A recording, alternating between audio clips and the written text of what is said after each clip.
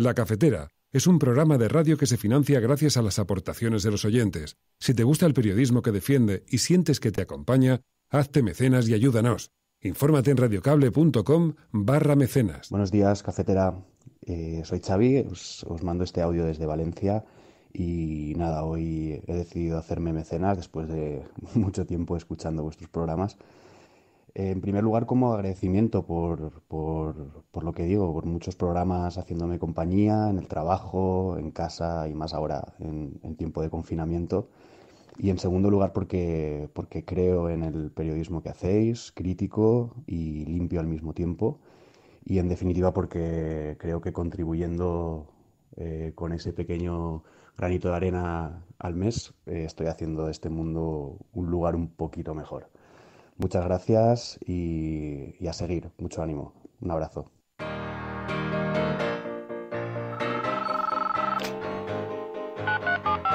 Son las 8:30 de la mañana.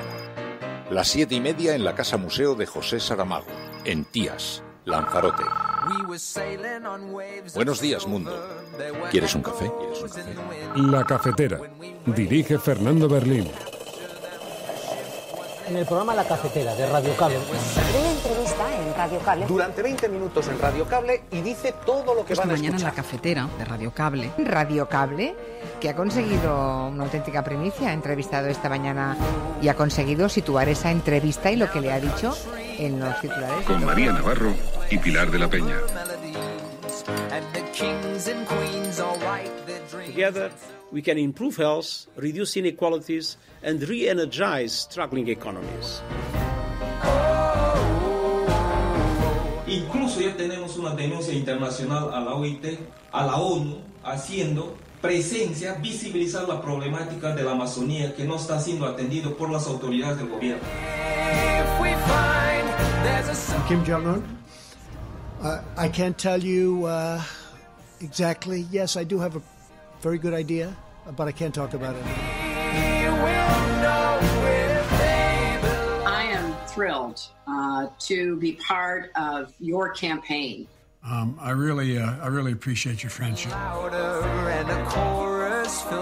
Probablemente tengamos que hacer una reforma de nuestra Constitución para blindar la sanidad pública. Bueno, son, creo que lecciones que tenemos que extraer entre todos, más allá de nuestra ideología, para pues reforzar lo que se ha demostrado que es tan imprescindible, tan importante como es nuestro Sistema Nacional de Salud. A finales de junio estaríamos como país en la nueva normalidad si la evolución de la epidemia está controlada en todos y cada uno de los territorios. Que consideramos que Ana Pastor puede ser una gran presidenta de esta comisión, por su experiencia como presidenta del Congreso de los Diputados, pero también como exministra de Sanidad, que tuvo que gestionar otras pandemias como el SARS, o como ministra de Fomento, que tuvo que reactivar la economía productiva en el peor momento de la crisis del 2011.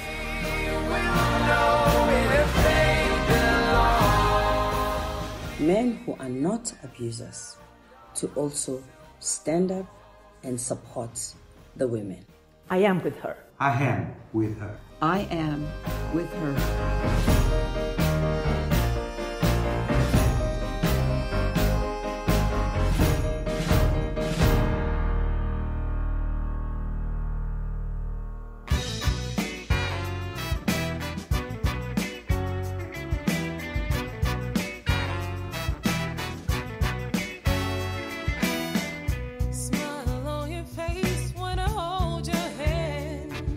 Buenos días, Cafetera, bienvenidos una mañana más a este programa, este espacio en el que vamos a tratar de reflexionar sobre la información, sobre actualidad, sobre el futuro. ¿Cómo va a ser el futuro al que nos está conduciendo la pandemia del coronavirus? Sobre eso vamos a hablar hoy en el programa, lo haremos después con José Romero. Y hablando de innovación, ya sabéis que es miércoles, los miércoles abrimos una ventana a la ciencia, la innovación aquí en la Cafetera. Muy buenos días, bienvenidos a todos a este lugar en el bosque de Sherwood, donde se encuentra María Navarro afilando las flechas. María, Muy buenos días. ¿Qué tal está el afilado? Bien. ¿Cómo lo llevas? Afilando la desescalada. Has dicho antes una cosa muy graciosa, antes de que comenzásemos, que acabo de olvidar. Sí, pero no tenía que ver. Ayer nos dejamos un micrófono abierto cuando acabó el programa y entonces los que estaban siguiendo la emisión en directo luego lo corregimos. Luego, normalmente siempre hacemos algún retoque al podcast y lo adecuamos un poquito más para que los que lo escuchan después en diferido pues escuchen una señal un poquito más limpia, más arreglada, más organizada, porque a veces ocurren cosas en directo. No siempre con eso, con la contundencia de dejarse un micrófono abierto, pero a veces pues entra una música un poquito más tarde, etcétera, etcétera, o cambiamos una sección para que tenga más sentido y esté colocada al principio. Pero decía ayer, cuando acabó el programa, nos dejamos un micro abierto y se escucharon cosas que se escuchaban, las cosas que escucha María.es. Sí, porque nos dimos cuenta. Tampoco creo que hubiésemos dicho nada. Otro payaso no. Cuenta. Creo que lo que decías de gracioso era que lo he comparado a esta mujer que dijo lo de la Elia parda y he mezclado cloruro con no sé qué. Sí, ayer se lió un poco parda y mezclamos el cloruro. Sí. Bueno, muy buenos días a todos. Vamos a analizar la actualidad porque ya se está especulando con los plazos, la manera en la que se va a producir el desescalonamiento, la manera en la que se va a producir la apertura, el fin del confinamiento. Se va a hacer en diferentes fases. Vamos a tratar de explicarlo en la medida de lo posible porque muchas de estas fases ni siquiera llevan calendario, porque va a depender un poquito de los datos que vayan arrojando las comunidades autónomas, de las necesidades hospitalarias también. Así que, mira, aquí estaban poniendo en el chat del programa cómo será esas fases que se están difundiendo hoy todos los medios de comunicación. Tampoco vamos a profundizar, porque lo tenéis por escrito, es mucho menos lioso que andar contándoslo de palabra, pero sí algunos elementos que pueden ser interesantes. En todo caso, lo que sí que observamos es que las directrices que dan los científicos y que después desde las instituciones trasladan a la ciudadanía están muy abiertas, porque dependerá un poco los criterios que se vayan a imponer del número de contagios y de la disponibilidad que tengan sanitaria las diferentes comunidades autónomas. Así que todas estas son informaciones que en este momento, a día de hoy, están muy abiertas y eso es lo que vamos a ir analizando. Pero también partimos hoy con una premisa que nos parece interesante y os invitamos a formar parte de este debate. ¿Se puede blindar la sanidad pública en la Constitución? Es el momento de hacerlo. Claro, para hacer un cambio constitucional se requiere de unas mayorías parlamentarias, que está por ver que se pueda, pero es una iniciativa que ayer dejó entrever el presidente del Gobierno, Pedro Sánchez, porque señaló que probablemente haya que reformar la Constitución para blindar la sanidad pública. Se pretende hacer... Cuidado, que hace unos días ya lo había propuesto esto Compromís, había lanzado en varias instituciones una iniciativa para impulsar una reforma de la Constitución que otorgue la máxima relevancia al derecho a la salud, que impida prácticas, por ejemplo, de descapitalizar el Estado en favor de la sanidad privada, además para garantizar un mínimo de inversión en la investigación sanitaria. Bueno, pues de esta solicitud, de esta petición de Compromís, hemos terminado en esta insinuación que lanzó ayer Pedro Sánchez. Se puede adquirir ese compromiso, blindar la sanidad en la Constitución. Es una promesa electoral del Partido Socialista del año 2018. Retomó su compromiso de blindar constitucionalmente la sanidad si los socialistas llegaban al gobierno. Hay una noticia por ahí de Hemeroteca hoy circulando de Redacción Médica donde Sánchez se comprometía personalmente a que si el Partido Socialista llegaba al Ejecutivo subirían las pensiones conforme al IPC, se blindaría constitucional y legalmente la sanidad, la dependencia, la educación, las pensiones, para que nadie convirtiese en mercancías los derechos, los que se pusieron en pie, los que hicieron ponerse en pie a los socialistas cuando gobernaban, decía Pedro Sánchez, y esto hace 2 años, de manera que ahora parece que se concreta en un momento en el que todo el mundo está mirando la importancia de la sanidad, pero en efecto habíamos visto cómo lo pedían incluso en el Parlamento a Compromís. Nos están llegando centenares de quejas de los autónomos. Y por último, una propuesta muy constitucionalista, como les gusta a sus señorías de la derecha. Cuando salgamos de esta, cuando cesen los aplausos, cuando quitemos las batas y las sábanas blancas de los balcones, les insto a que hagamos algo de provecho. Blindemos la sanidad pública en la Constitución. Seamos constitucionalistas de verdad. Acabo. Seamos constitucionalistas de los derechos de las personas, no constitucionalistas de pulserita y de mascarilla con la banderita. ¿A que no hay? ¿A que no se atreven? ¿A que no hay? Votaremos a favor, señor presidente, pero recuerde, la lealtad y la unidad se cimentan en el diálogo, en el respeto y en la confianza mutua. Joan Baldoví, el 9 de abril, enviaba ese mensaje a la oposición: blindemos la sanidad pública en la Constitución. ¿A que no hay? Pues ahora es un debate que se traslada también al gobierno de España. Probablemente tengamos que reformar la Constitución, decía ayer Pedro Sánchez. Que probablemente tengamos que hacer una reforma de nuestra Constitución para blindar la sanidad pública. Bueno, son, creo que lecciones que tenemos que extraer entre todos, más allá de nuestra ideología, para pues reforzar lo que se ha demostrado que es tan imprescindible, tan importante como es nuestro Sistema Nacional de Salud.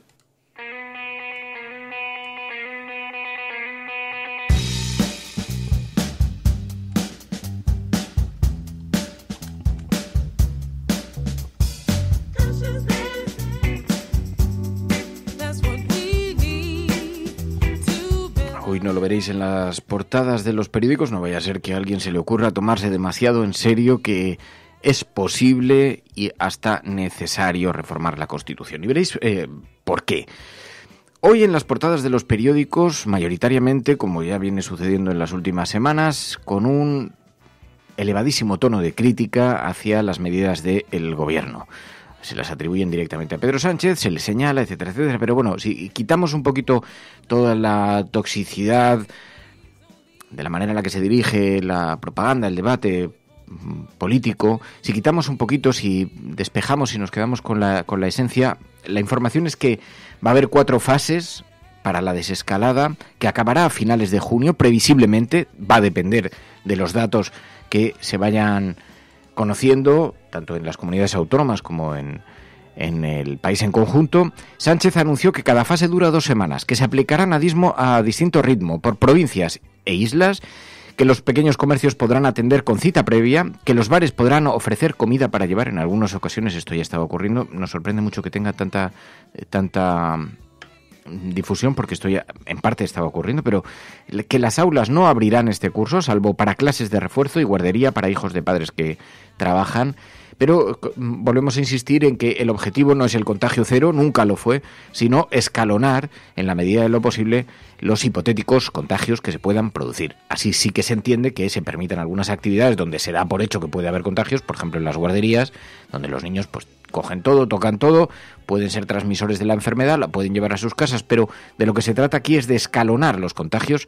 Ese es el objetivo posible. Dentro de lo deseable sería evidentemente evitar que toda la población se contagiase, pero como eso es técnicamente imposible, pues entendiendo esta dinámica comprendemos la desescalada. 4 fases, acabará a finales de junio. Se pretende incluso que se puedan abrir las playas para el mes de julio o mes de agosto, eso sí, con medidas con recomendaciones muy importantes de distanciamiento social. Esta es la esencia, básicamente, porque, como decimos, se va a producir, y hoy ya los medios de comunicación, de forma muy paulatina, y hoy los medios de comunicación ya empiezan a hablar de algo que habíamos hablado en este programa prácticamente al inicio de la crisis, porque algunos medios norteamericanos, algunos analistas norteamericanos, algunas universidades y centros de estudio, el Instituto Tecnológico de Massachusetts ya había especulado con la necesidad de crear un coeficiente UCI, con el que los gobiernos de todo el mundo pudieran medir el grado de confinamiento de sus ciudadanos en función de las camas disponibles. Parece que esa va a ser, de las camas disponibles en la sanidad, parece que esa va a ser una de las variables. Para abrir en una comunidad autónoma tienen que darse varias circunstancias para abrir el confinamiento o para no volver a decretarlo. En primer lugar, el número de contagios, que sea bajo. El número de casos, que sea bajo. El número de casos graves, que sea bajo. Pero que además haya disponibilidad de camas en los hospitales.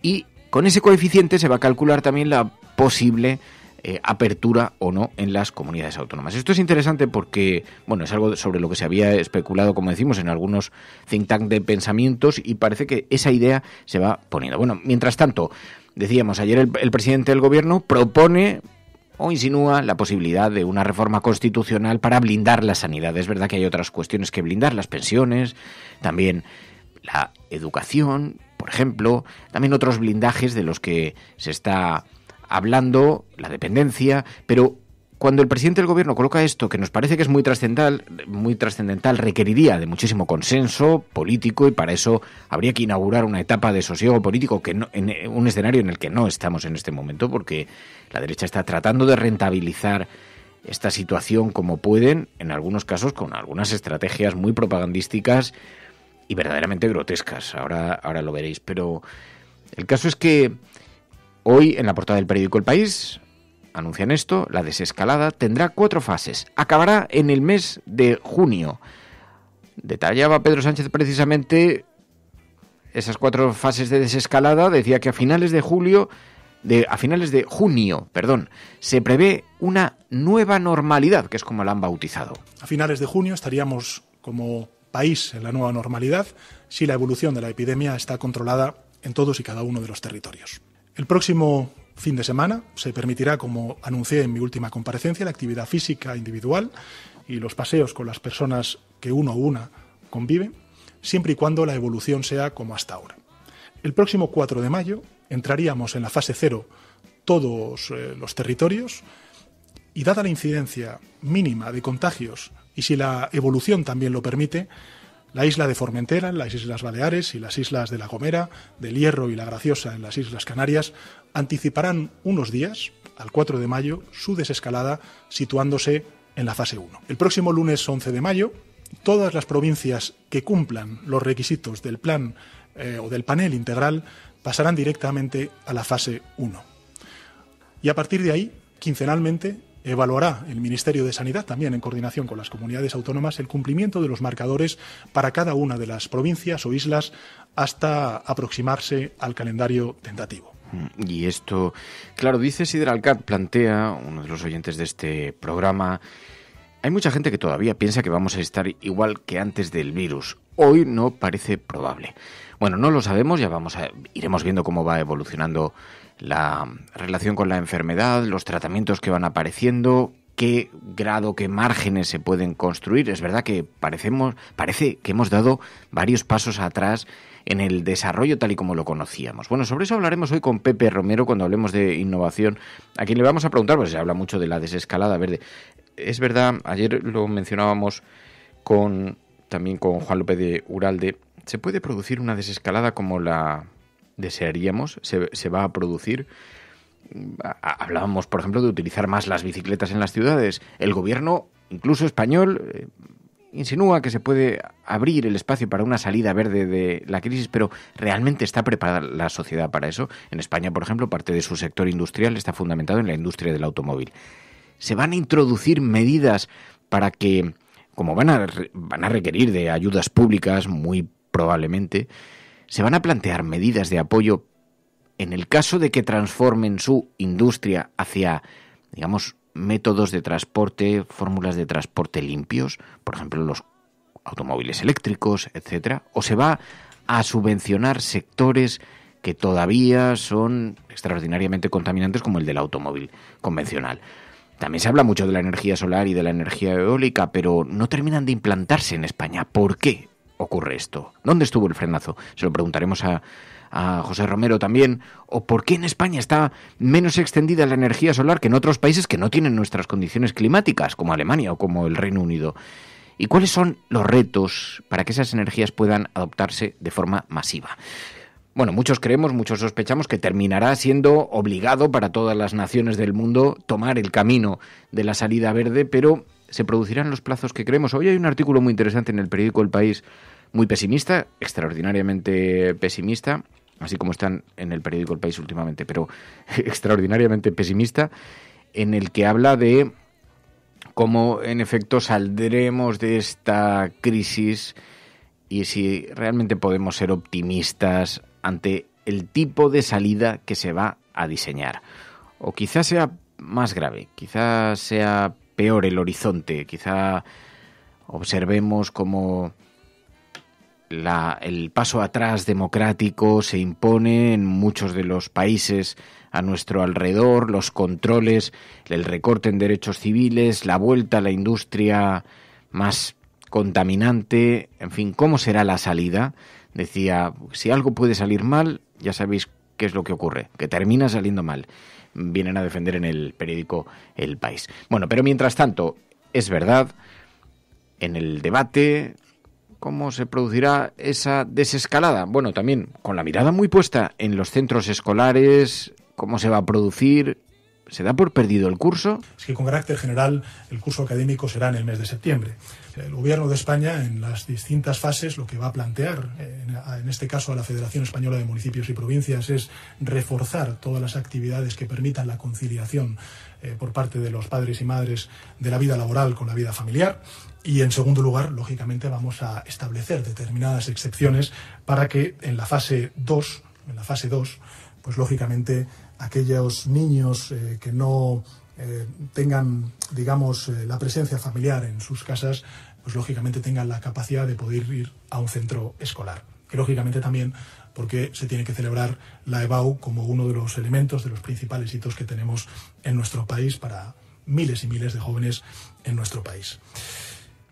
Así que se observa cómo se producirá esa desescalada, si se producirá de forma paulatina también en el sector educativo y cómo afectará eso al curso escolar. Bueno, pues mientras tanto, mientras eso está colocado en el foco, la oposición está dispuesta a convertir los pactos que había propuesto el gobierno de aproximación, pactos que recordaban a los pactos de la Moncloa, pactos de unidad.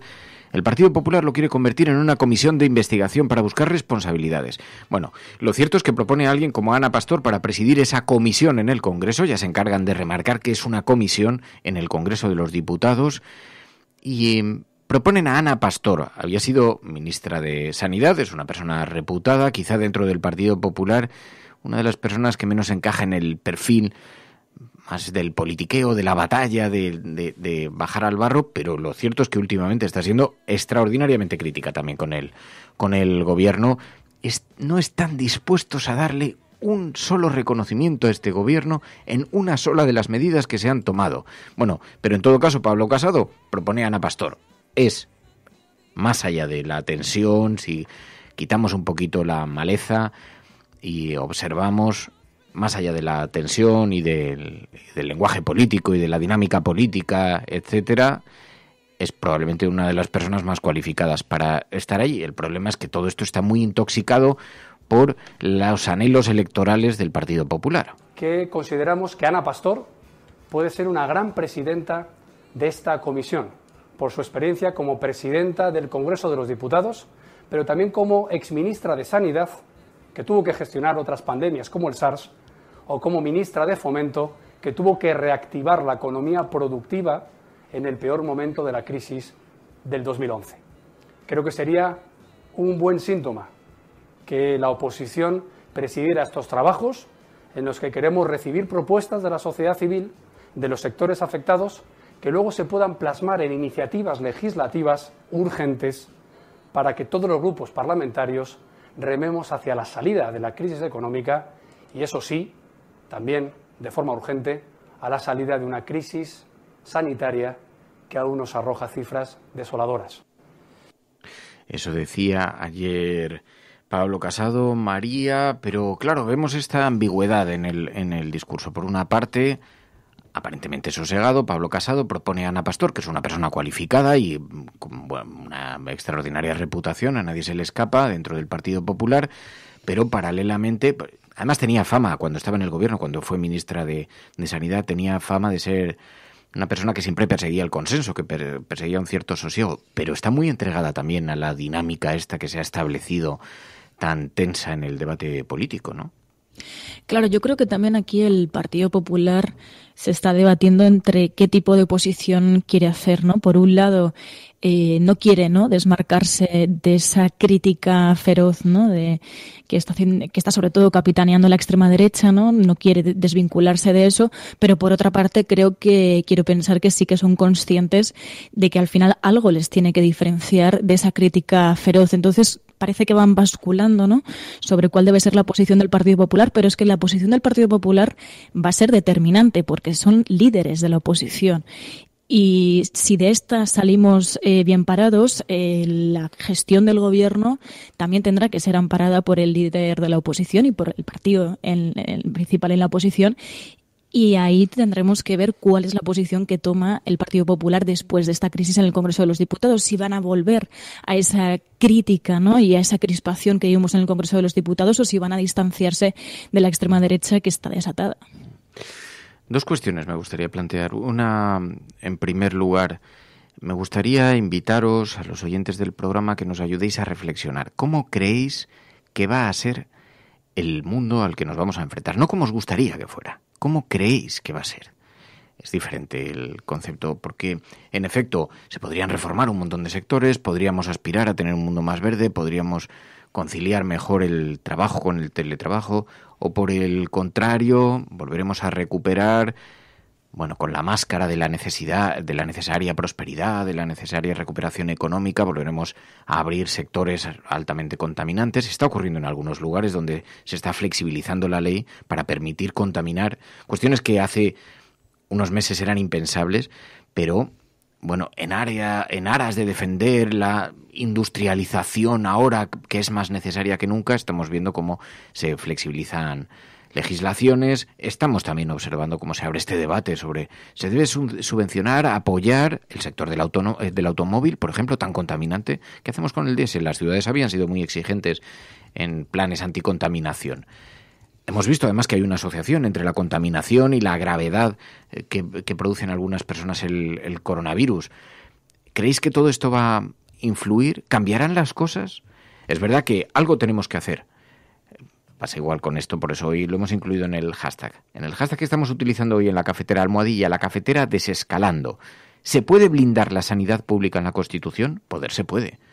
¿Lo hará el gobierno si no tiene suficiente respaldo social, si no tiene suficiente apoyo? Pues aquí va a ocurrir lo mismo. Si no trabajamos para que el gobierno apueste, si se van a dar ayudas públicas, que sea en industrias no contaminantes.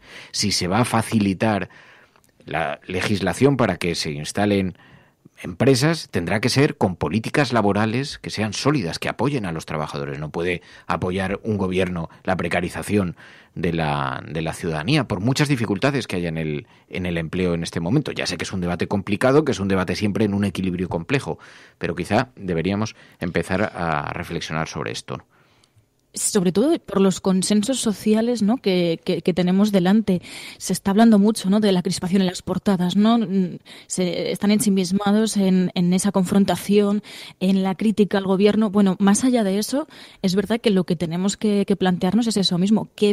¿Cuál va a ser el mundo que nos espera, ¿no? Se está hablando, por ejemplo, de esto, de blindar la sanidad pública. Es uno de los consensos sociales. ¿Qué ciudadano o ciudadana va a estar en contra de esto, no? Y yo creo que en esto también tenemos que, un poco aludiendo a lo que dijo además Iñaki Gabilondo aquí en el programa, la responsabilidad de la sociedad para exigir esos consensos sociales, como que la sanidad sea blindada, que no volvamos a caer en recortes en sanidad. Y para eso yo creo que también la sociedad tiene que fortalecerse y exigirlo a una oposición que va a tener que comprometerse con esos consensos sociales, o al menos va a tener que mojarse en el Congreso de los Diputados sobre los consensos sociales que se van a tener que plantear no solamente en España, sino a nivel global, ¿no? Lo decían también desde Naciones Unidas. El secretario general de Naciones Unidas decía que habrá que proteger también la salud a nivel global. Así que son retos globales que no se están atendiendo, al menos en las principales portadas, ¿no? Se está huyendo mucho a la confrontación, pero realmente de lo que estamos hablando y de lo que realmente deberíamos estar hablando es de eso mismo, ¿no? De cuáles serán los retos que vienen. De las portadas, en efecto, el foco lo tienen colocado en la confrontación política, a veces participando incluso directamente de ella. Hoy, por ejemplo, vemos en el ABC: Sánchez nos impone su nueva normalidad. En la portada de La Razón, El caos de la nueva normalidad. En el periódico El Mundo, desescalada sin calendario y en continuo estado de alarma.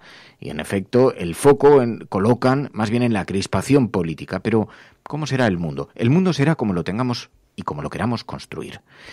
Es verdad que no va a ser fácil porque va a haber intentos para que se produzcan muchos pasos atrás. Pero tenemos una oportunidad y para eso lo primero que se necesita es conciencia. Si crece la conciencia en torno a que es necesario blindar la sanidad pública en la Constitución, se hará, se terminará haciendo. Si crece la conciencia pública, que es importante que se subvencionen, se apoyen sectores como los del automóvil, a nadie se le escapa, este es un país que industrialmente tiene mucha fuerza en eso y eso, pues evidentemente es positivo para muchos empleos, para muchas familias, es indiscutible. Dicho lo cual, lo que no puede ser es que estemos subvencionando, soportando y ayudando sectores que están contribuyendo y acelerando la destrucción de este planeta. De la misma manera, eso solo va a cambiar si hay conciencia sobre esto. De la misma manera que a nadie se le ocurriría ahora, argumentando que el coronavirus, tiene que producir cambios en nuestros hábitos, a que a nadie se le ocurriría retroceder en conquistas como por ejemplo los de los derechos de igualdad, de las mujeres, etcétera. ¿Por qué? Porque ya hay una toma de conciencia social lo suficientemente amplia como para que nadie ponga eso en cuestión. Así que lo que hay que conseguir antes de nada es que haya una toma de conciencia lo suficientemente amplia para que a nadie se le ocurra cuestionar esto.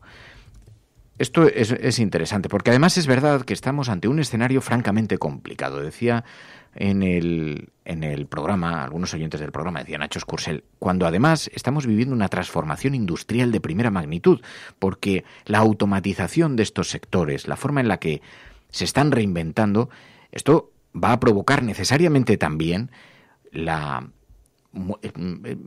problemas de empleo muy importantes. Obviamente, cuanto más automatizados están la industrialización de la fabricación de automóviles, menos necesidades de personal humano tienen. Cuando además se habla del coche autómata, cuando se habla incluso del futuro del automóvil, pero no ya para vender un automóvil a cada ciudadano, sino utilizar los automóviles compartidos y que pagues por derecho de uso. Todo esto va a cambiar completamente la estructura y esto ya estaba pasando antes del coronavirus. Entonces hay que observar todos estos fenómenos, pero nos parece que es muy importante, sobre todo, que la ciudadanía empiece a ser muy exigente. Y nosotros tenemos una cuota de influencia mínima, milimétrica, un granito de arena en un desierto, pero como el pajarito del cuento de Betiño. Hacemos nuestra parte. Si no hay conciencia, difícilmente el gobierno va a tener el respaldo que necesita para sacar iniciativas adelante, poner en marcha iniciativas como esta. ¿Estás escuchando La Cafetera? Si lo estás haciendo, eres la Resistencia y no estás sola. All these words come into my mind. Sometimes I fear, but I remain quiet. They will never understand. These words are my sword. They will never understand. Silence sets them on fire. Now red is over blue. Walking on a wire.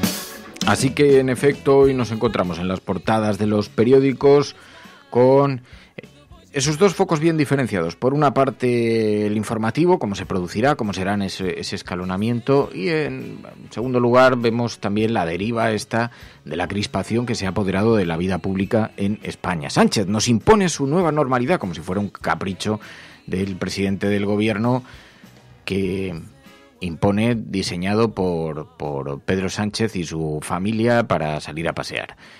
Y además aquí se está produciendo una situación muy paradójica. Es verdad que, por una parte sí que estamos viviendo como se está imponiendo, decía alguien en Twitter, este uso de la lengua, de la neolengua orwelliana, el plan para la transición hacia una nueva normalidad que lo que pretende es suavizarnos, decirnos, es que el mundo necesariamente, por lo menos en el futuro inmediato, va a ser complejo, va a ser difícil y sobre todo va a ser muy diferente. Eso sí, necesitamos consenso y necesitamos que los ciudadanos sean muy conscientes de que para reducir la desigualdad, para revitalizar la economía, hay que proteger mejor el planeta. No lo digo yo, lo dijo ayer Guterres, lo dijo ayer las Naciones Unidas. Governments have pledged to present within a year new nationally determined contributions and long-term strategies to reach net zero greenhouse emissions by 2050. This commitment must be maintained. Together, we can improve health, reduce inequalities, and re-energize struggling economies. Claro, el problema, como dice Hub Balfrey, utilizando este hashtag #la cafetera desescalando, es quién manda y quién fabrica la agenda setting. Porque para tomar conciencia, la mayor parte de los medios de comunicación deberían remar para crear esa conciencia, pero no lo van a hacer. Porque no sabemos a quién se deben.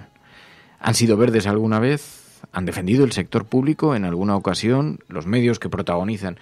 Pero es verdad, siendo cierto eso, Hub, sí que es importante también que seamos conscientes de que también en esta nueva realidad algo nos puede beneficiar el hecho de que se han descentralizado mucho la información, los medios de comunicación, que la gente recibe la información, que empieza a haber una toma de conciencia por encima de los medios de comunicación y que eso también se impone en el debate público, en el debate político, pero para eso tiene que haber conciencia. Así que, bueno, en todo caso, ¿cómo es el futuro que pensáis que se va a construir? Os pedimos que nos ayudéis a reflexionar sobre eso. 627-002-002 es el WhatsApp del programa, 627-002-002, y allí podéis dejar vuestras notas de audio y nos ayudáis a reflexionar. ¿Cómo imagináis que va a ser? Quizá en un primer tiempo sea de una manera, quizá después se vaya complicando. 627-002-002 es el WhatsApp del programa. Estás escuchando La Cafetera. Si lo estás haciendo, eres la Resistencia y no estás sola.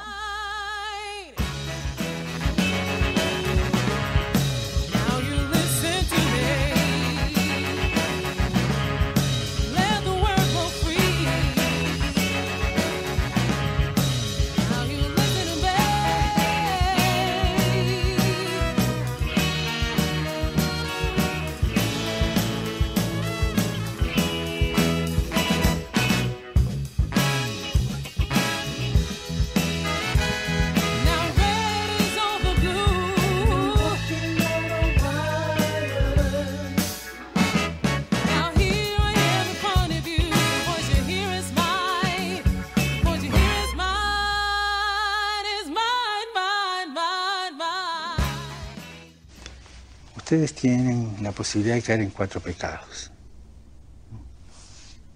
o 4 cosas, actitudes malas, por no hablar en lenguaje teológico, ¿no?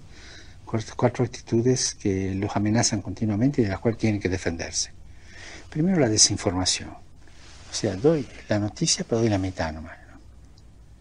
La otra mitad no la doy. Entonces, eso va contra el derecho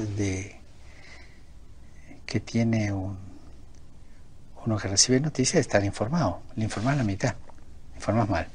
Esa es una de las desviaciones que ustedes tienen que cuidarse de no caer en ella. Segunda es la calumnia, ¿no? Hay nomás calumniar gente. Y hay medios de comunicación que calumnian sin ningún problema. No, pero ¿de dónde sacó eso usted? Ah, lo vi en la televisión o lo leí en el diario. Pero eso no es, lo dice el diario. Entonces, claro, el medio de comunicación tiene tanto poder frente a las masas, a la gente, que puede calumniar impunemente. Además, ¿quién le va a hacer juicio? Nadie. Pues uno se atreve, pero... Tercero, la difamación, que es más sutil todavía. Porque toda persona tiene derecho a la reputación. Y si vos, hace 20 años, pegaste un refalón en la vida, hiciste una macana, pagaste la cuenta, pagaste la pena, sos ahora una persona libre y sin mancha. Entonces no te pueden sacar por los medios de comunicación una historia que está superada y bien pagada ya, y bien resarcida. La difamación, o sea, te traen una mancha de antes y te la tiran ahora, ¿no? Y cuarto, uso la palabra técnica, es un poquito arriesgado decirlo, pero es verdad, ¿no? La coprofilia, ¿no? El amor a la cosa sucia, ¿no? El amor a los escándalos, ¿no? Por ejemplo, todo lo que es sucio.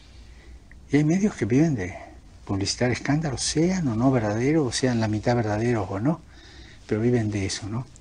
Mi antecesor en Buenos Aires, el cardenal Quarrachino, decía, mira, yo ese diario no lo puedo leer, porque haces así, chorrea sangre, ¿no? O sea, todo lo que sea escándalo. Papa Francisco, para no ver la televisión, ha hecho usted un análisis de la televisión actual bastante importante.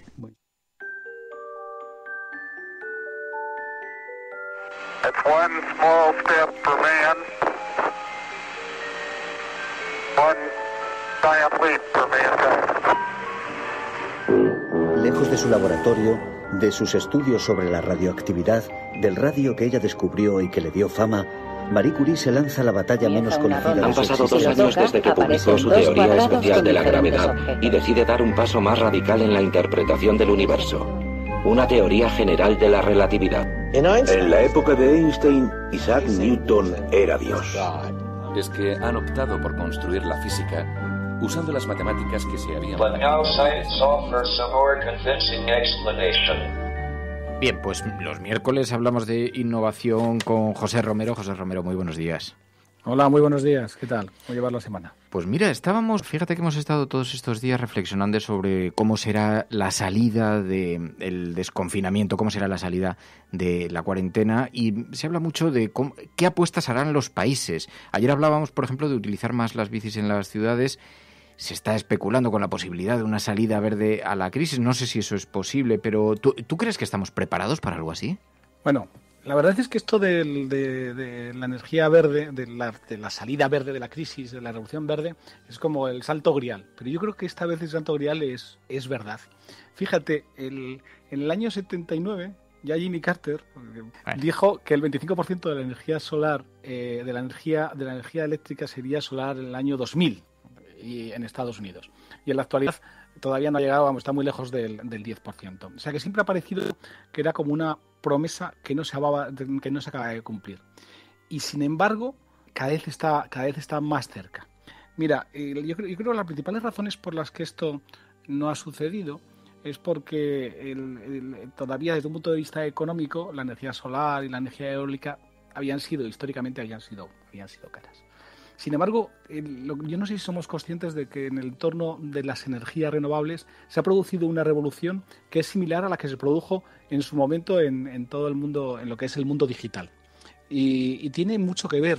No sé dónde leía el otro día que el coste de la energía solar en el periodo que va desde 1973 a 2013 se había reducido en 150 veces. Era el precio que tenía entonces dividido por 150, que es una verdadera barbaridad. Y ha habido una revolución en la tecnología de las energías que se ha producido eso, a un paso tan acelerado como ha podido ser el del mundo digital.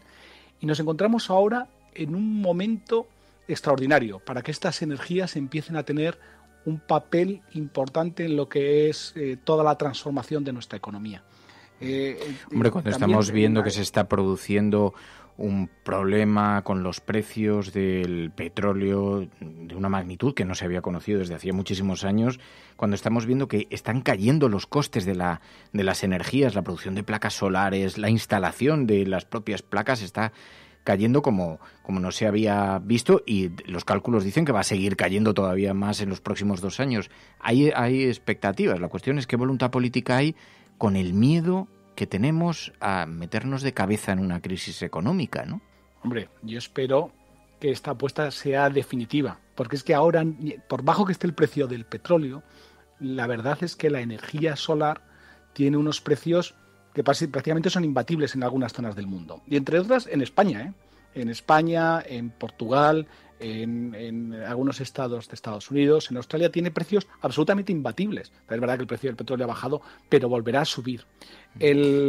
Por esto te quiero preguntar, porque, claro, España hizo una apuesta muy fuerte por la energía solar y vimos incluso como fuimos considerados pioneros en el mundo. Hasta Obama nos citaba, era un momento en el que parecía que la apuesta de este país era importantísima, pero después con la crisis económica, todo aquello, después con la tarifa solar, todo aquello entró en cuestionamiento, entró en debate, y paradójicamente España, que tiene una climatología muy favorable para la energía solar, pero está menos extendida que en otros países como Alemania y en el Reino Unido. ¿Esto por qué ocurre? Bueno, una de las razones que ha habido es el tema, sobre todo en lo que ha sido la adopción de la energía solar en los hogares. Ha habido problemas técnicos, regulatorios, pero también estaba lo que se llama el impuesto al sol. No sé si has oído hablar de este tema. Era la fiscalidad con la que se grababan las pequeñas instalaciones solares que se ponían en las casas. Esto del impuesto al sol es un impuesto que se puso porque uno de los problemas que tiene la energía solar es que cuando no hay sol te tienes que conectar a la red.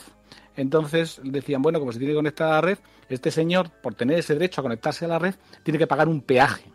Porque si no, además, si todo el mundo tuviera, lo que decían los que desarrollaron este impuesto en su momento, si todo el mundo tuviera su propia instalación solar y no pagaran por esa conexión a la red, al final, ¿quién iba a pagar por la energía eléctrica tradicional?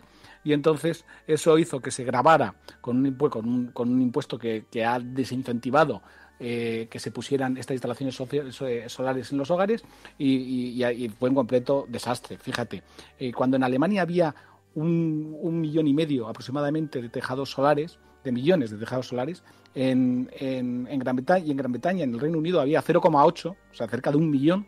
En España había 10.000 tejados solares. Y todo esto tiene que ver con el modelo regulatorio y el modelo fiscal. Afortunadamente, este tipo de políticas ya se han abandonado y se espera que en los próximos años haya una explosión de este tipo de energías en los hogares y que dé un impulso definitivo a esta tecnología en España. Aquí estuvimos hablando en el programa con José Manuel López, que ahora estaba preparando un plan para que los ayuntamientos estudiasen la manera de poder facilitar el acceso a la energía solar, y decía que se va a reconfigurar las ciudades, que hay que repensarlas, que los tejados de pronto empiezan a tener un valor que antes era casi marginal, y los tejados empiezan a tener un alto significado en generación de energía y por lo tanto requiere de incluso una nueva legislación para que las comunidades, para ver de qué manera las propias comunidades de vecinos son propietarias, pero a la vez su tejado, como forma parte del elemento productivo energético, pues tiene una consideración nueva especial. Así que podemos asistir a muchos cambios. Lo que no sé es si hay voluntad política, porque hay muchos retos todavía para que estas energías se puedan adoptar de forma masiva, ¿no? Hombre, sí parece que existe la voluntad. Lo que estás diciendo ahora es verdad. Sí, una de las cosas que se discute es la posibilidad de habilitar los edificios de las administraciones públicas para poner allí placas solares. O, por ejemplo, en polígonos industriales, que en los polígonos industriales también se pongan placas solares para poder contribuir al suministro de energía de este tipo de instalaciones. O sea, yo creo que existe esa voluntad política. Pero realmente donde puede haber también, ¿cuál es uno de los frenos que puede haber para la utilización de este tipo de energías, de la energía solar y de la energía eólica? Uno de los problemas que hay es que una vez que tú produces la energía, imagínate, estás en Andalucía o en cualquier zona de España, hay sol, produces energía y la consumes. El problema está cuando no hace sol, porque cuando no hace sol, el problema de esta energía es que no se puede guardar, o se guarda, pero entonces tienes que buscar formas de almacenamiento que no sean muy caras. O sea que uno de los retos que hay con todas estas energías es buscar fórmulas que permitan su almacenamiento para utilizarlo cuando no haya sol. Y ahí es donde está uno de los grandes retos que tenemos por delante. Para eso es importante que los costes de almacenamiento de energía en los materiales que sea se reduzcan, o también hay otra alternativa, que en esto, como siempre, los chinos nos sacan una gran ventaja al resto del mundo. Los chinos han desarrollado una gran malla eléctrica para la distribución eléctrica de alta tensión, que está muy bien diseñada, de tal manera que si esa misma solución de una red de alta tensión hiperconectada la tuviéramos en Europa, lo que podría pasar es que cuando hubiera un exceso de energía solar aquí, aunque no haya sol en la Alemania, se pudiera llevar la energía eléctrica que se produce en España, se pudiera llevar a Alemania. O cuando en España no hubiera sol, pero sin embargo sí hubiera mucho viento en el Mar del Norte, la energía eólica que se produjera en el Mar del Norte se pudiera traer a España. Esos son el tipo de proyectos que son muy ambiciosos, pero que tendrían sentido realmente para poder desarrollar las energías renovables con fuerza en toda Europa. Lo que no sé si es posible, claro, ya te pido casi una reflexión filosófica. Decía Iñaki Gabilondo hace unos días aquí en el programa que cuando le preguntábamos, ¿pero habremos aprendido algo? ¿Y cómo será el futuro? Y decía Gabilondo, el futuro será el que fabriquemos, el que diseñemos, el que creemos. No podemos quedarnos como espectadores porque entonces nos lo fabricarán, nos lo crearán, nos lo diseñarán.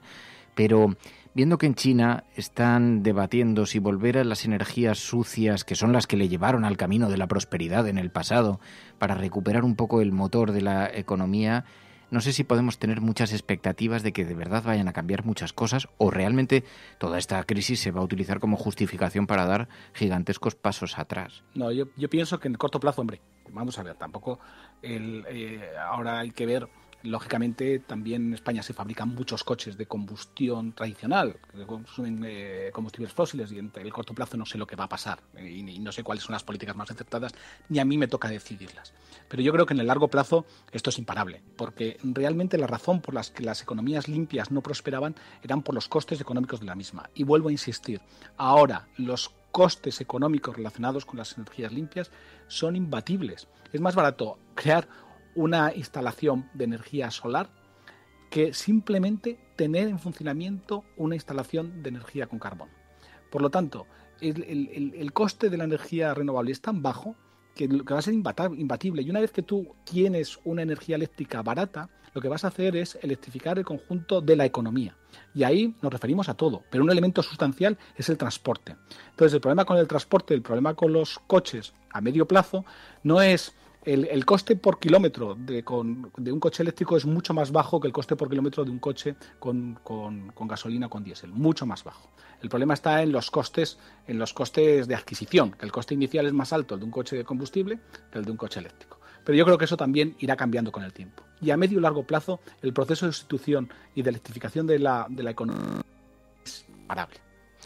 Pues José Romero, Pepe Romero, te agradezco muchísimo. ¿Qué tal estás llevando tú? Ya parece que estamos, no sé si son los momentos previos a la llegada al hogar después de o antes de las vacaciones, después de una dura temporada, pero parece que estamos en la recta final del desconfinamiento. No sé si puede haber otras oleadas, pero mirarás con buena expectativa lo que viene por delante.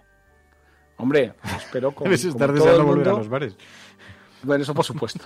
No, te ríes de mí, pero yo creo que forma es parte de una parte estupenda de nuestra cultura. Oye, pero había un reportaje puedan abrir pronto sí. Y que gracias a las terrazas los negocios salgan adelante.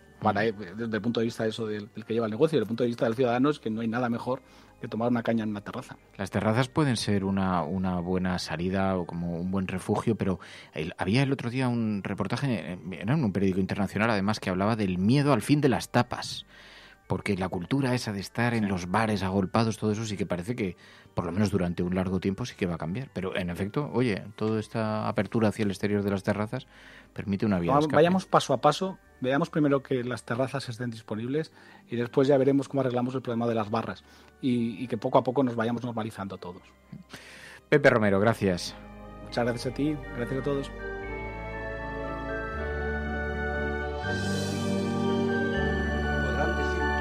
Periódicos del mundo lo que quieran. Secessionist parties in Catalonia have wasted no time following the reconvening. Vamos a esta hora con información de último minuto. A esta hora en España, el ex vicepresidente del gobierno... En España finaliza el recuento de votos en los comicios municipales y autonómicos con una participación del... En las últimas semanas hemos podido comprobar cómo los medios de comunicación internacionales... Imagínense cualquier lector de la prensa extranjera que descubre que al que se propone para el Banco Mundial... A Spanish nurse who helped treat 2 Ebola victims in Madrid has tested positive for the disease herself. Spain announced that a nurse is the latest to be diagnosed. Bueno, pues en efecto, si ponemos el satélite en funcionamiento, abrimos las imágenes que se reciben desde el espacio, lo que está ocurriendo en este pequeño mundo. Allí observamos algunos elementos de denuncia sobre los que queremos fijar el foco informativo, el foco del satélite. En Perú están denunciando el abandono de habitantes de la Amazonía ante Naciones Unidas. Lo hacen la Asociación Interétnica de Desarrollo de la Selva Peruana. Dicen que han dejado a los indígenas a su suerte. AIDC está que exige día a día, con coordinaciones, con cartas abiertas. Incluso ya tenemos una denuncia internacional a la OIT, a la Comisión de Derechos Interamericano de Derechos Humanos, a la ONU, haciendo presencia, visibilizar la problemática de la Amazonía que no está siendo atendido por las autoridades del gobierno. La Amazonía abandonada a ojos de las autoridades no solamente ocurre en Perú, está ocurriendo en toda la región y mientras tanto también escuchábamos, Naciones Unidas lanza una campaña contra la violencia de género durante la pandemia. Men who are not abusers to also stand up and support the women. Together, we can and must prevent violence everywhere as we work to overcome COVID-19. I am with her. I am with her. I am with her. I am with her. y hay una extraordinaria preocupación, en efecto, por la situación de las mujeres maltratadas, de la violencia de género, de la violencia machista, del terrorismo machista en estos tiempos de confinamiento obligado y cómo se estará viviendo en el silencio de los hogares cerrados en estos días. Hay una gran preocupación internacional, no solamente denunciada a través de los ojos de esta campaña de Naciones Unidas, sino aquí mismo en España. Incluso algunos médicos denuncian que las únicas llegadas que se están recibiendo muchos días en urgencias son las de las mujeres maltratadas. Este es un asunto sobre el que debería haber máxima atención social. Bueno, pues esto denunciado ahora por Naciones Unidas. También vemos en Estados Unidos la campaña. Estados Unidos ha suspendido las primarias de Nueva York. Eso provoca críticas de Sanders, crisis en el Partido Demócrata, pero en efecto vemos Hillary Clinton respaldaba a Joe Biden como candidato ayer. I am thrilled to be part of your campaign, to not only endorse you, but to help highlight a lot of the issues that are at stake in this presidential election. I really appreciate your friendship, and what a just a wonderful personal endorsement. Así que convulsión en la política norteamericana. Pilar de la Peña, muy buenos días. Hola, buenos días. Sí, la verdad es que parecía una campaña y una situación tranquila para el Partido Demócrata. Este apoyo de Hillary Clinton, que probablemente era el último gran nombre de la política estadounidense, al menos del lado demócrata, que faltaba por respaldar a Joe Biden, también ha coincidido con este inicio de división o con esta situación un poco preocupante que ha empezado a pasar en el Partido Demócrata, y todo se debe a la cancelación de las primarias de Nueva York. Hasta ahora ya lo habíamos contado, varios estados que tenían que haber celebrado primarias en estas últimas semanas las pospusieron, pero el estado de Nueva York no ha anunciado que las posponga, sino que directamente las suspende.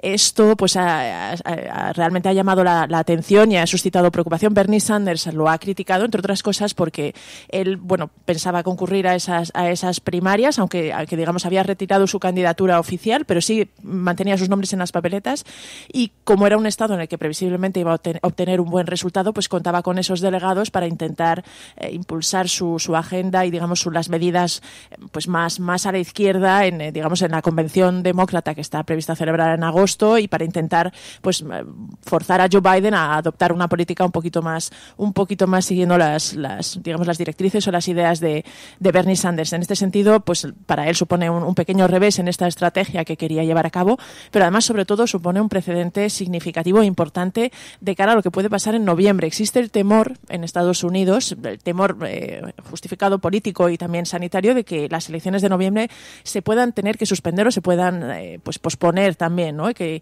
Donald Trump pudiera decretar esta suspensión. En este sentido, Bernie Sanders lo que denunciaba es que el hecho de que un estado como Nueva York haya suspendido definitivamente las primarias, pues le sienta un precedente que podría luego ser aprovechado para Donald Trump.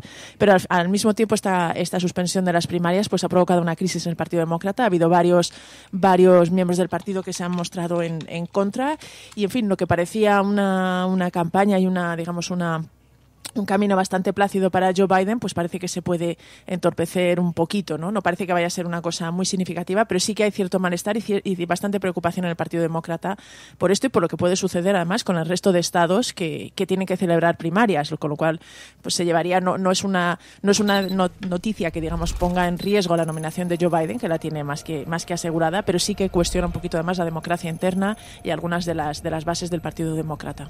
Bueno, y crecen los rumores sobre el paradero de Kim Jong-un. No se sabe a ciencia cierta en qué estado se encuentra, cómo es su estado de salud. Se especula en estas horas con quién podría sucederle en caso de que realmente tuviera un problema serio, grave de salud.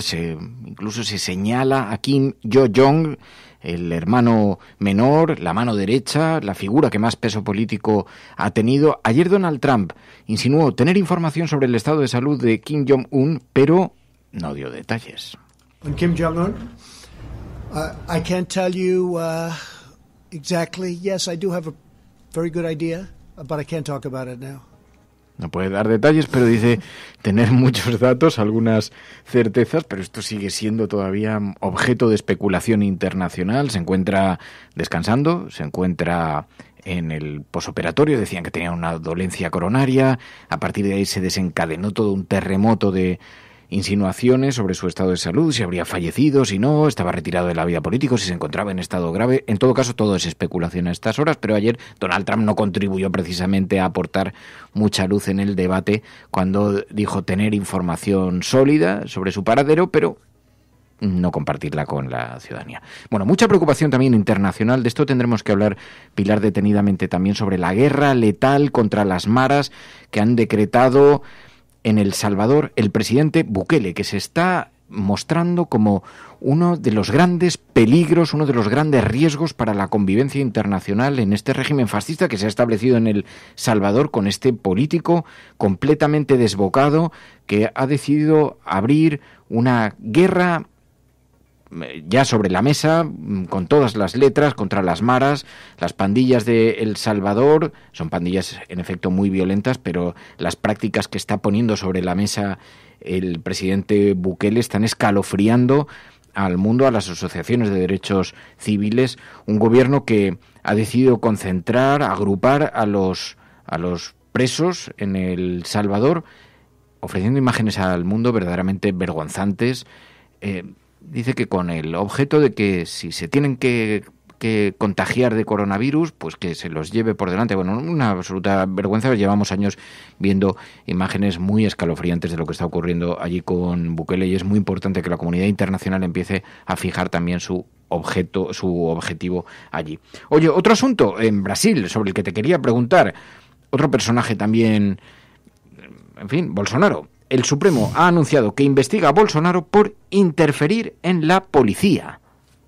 Sí, todo esto son las derivadas del caso que llevamos comentando estos últimos días, ¿no? Tras la dimisión de su ministro de Justicia, de Sergio Moro. En este caso, la noticia pues adquiere mucho significado porque es el Tribunal Supremo que avala que la Fiscalía General abra una investigación contra el presidente por interferir en la gestión de la Policía Federal, ¿no? Que es un órgano que hasta ahora en Brasil había conseguido pues mantener una independencia y presentarse como uno de los pocos valedores de la lucha contra la corrupción en el país. En este sentido, pues la decisión de Bolsonaro de cesar al antiguo jefe de esta Policía Federal y de nombrar como su sucesor a un ex escolta de Bolsonaro y amigo de la familia, que en una clara decisión de poner a una persona de su total confianza, pues esta aparte de la crisis política que ha provocado, pues ha generado esta petición de la Fiscalía General de abrir una investigación que ahora autoriza el Supremo. Vamos a ver en qué constituye, en qué deriva todo esto, pero es una noticia de bastante calado y sobre todo que afecta bastante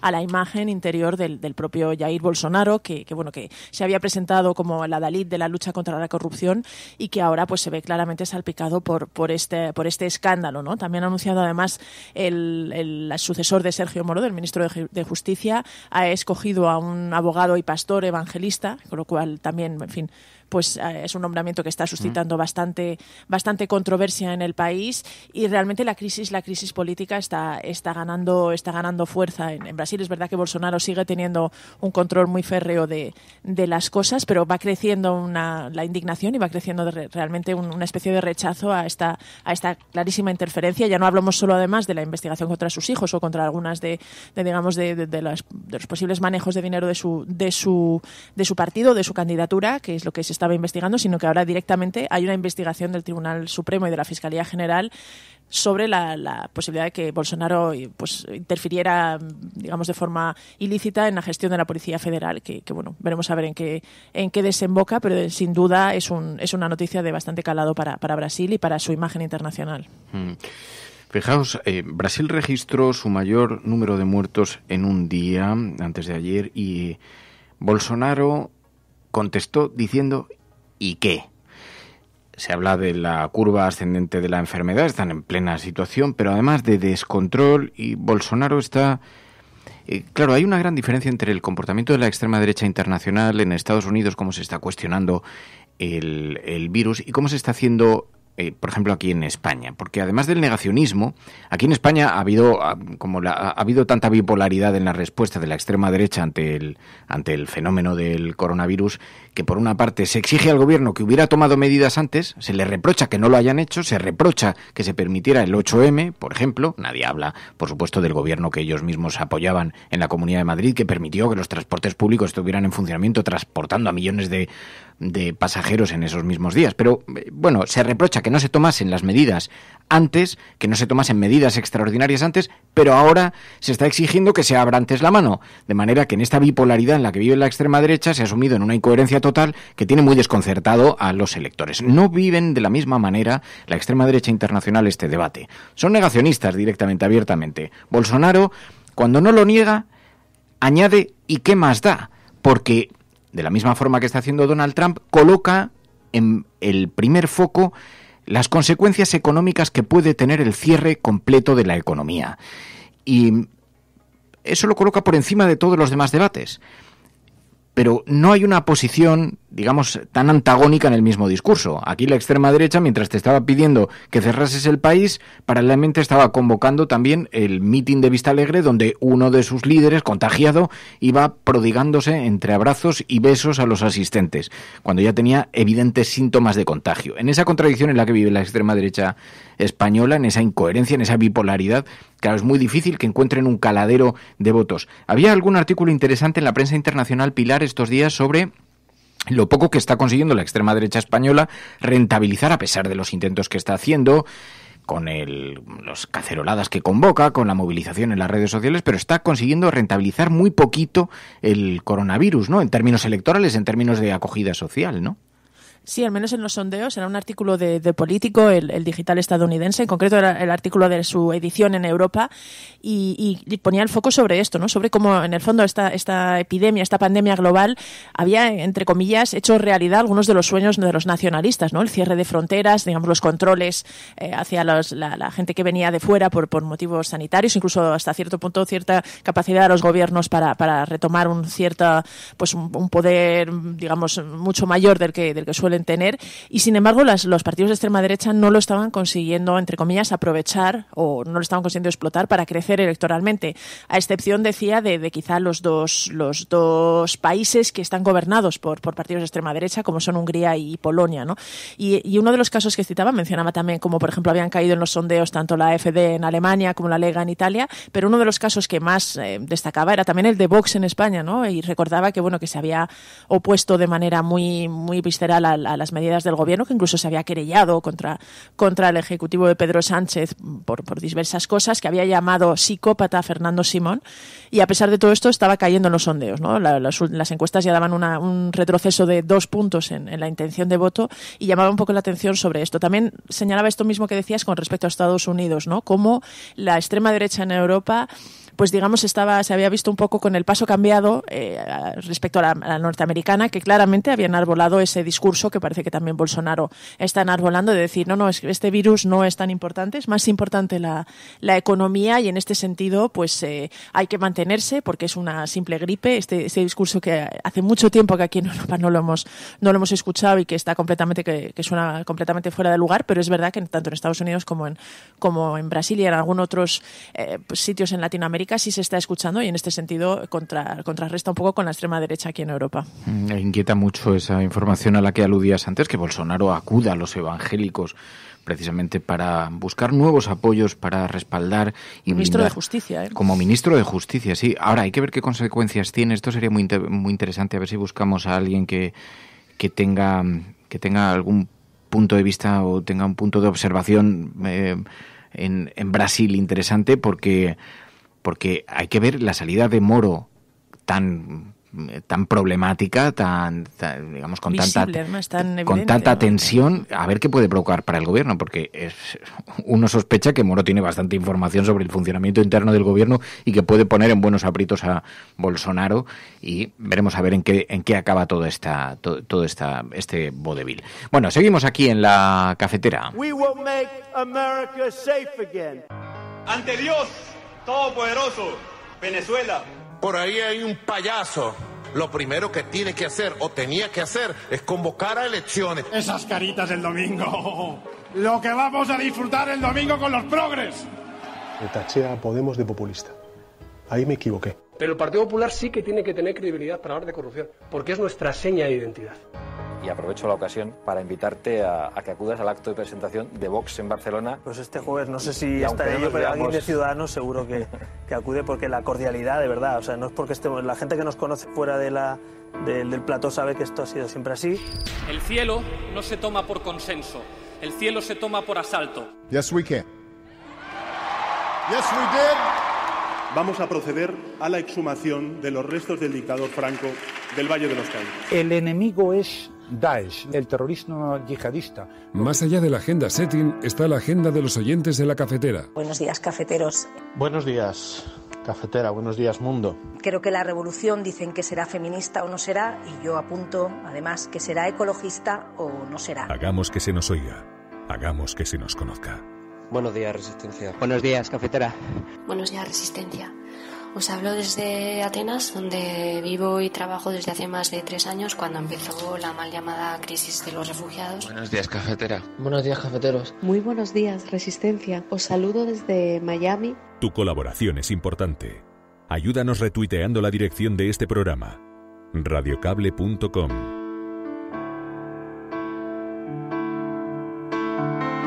Sabéis que aquí en la cafetera hacemos también un paréntesis para hablar de aquellas otras noticias que no ocupan las portadas de los periódicos, que tienen una importancia social evidente y que vosotros consideráis que tienen que tener protagonismo, y para eso confeccionamos una portada propia con esos titulares que nos hacéis llegar cuando comienza el programa y que confeccionan lo que es la apertura de este espacio en la cafetera.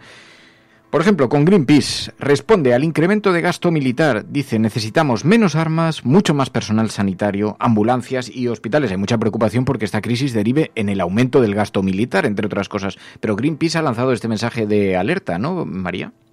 Sí, como sabéis, ayer hablábamos de esos datos, ¿no?, de 2019 que habían publicado sobre el incremento del gasto militar, ¿no?, de cómo se había incrementado y había habido un nuevo récord sobre gasto militar en el mundo. Y Greenpeace ha respondido con una reflexión y ha pedido redefinir la seguridad, porque dicen, la seguridad y potencial militar no son lo mismo. Y lo que hace es, además, lo han hecho además a través de una infografía. Y en esa infografía lo que hacían era comparar el gasto militar con lo que se podría haber invertido en sanidad. Por ejemplo, decían, un solo avión de combate F-35 cuesta $89 millones, con lo que se podrían haber pagado 3.244 camas de UCI. También decían, el presupuesto anual de armas nucleares en todo el mundo es 10 veces superior al presupuesto de las Naciones Unidas y la Organización Mundial de la Salud juntas. Por eso decían, lo que realmente necesitamos en este momento son menos armas, aviones, tanques y portaaviones y mucho más personal sanitario, ambulancias y hospitales. Y hacían esta reflexión sobre la necesidad de que se invierta en salud pública. También Naciones Unidas ha instado a Estados Unidos a reubicar a los migrantes retenidos en centros de detención con el objeto de protegerlos del coronavirus, ¿no?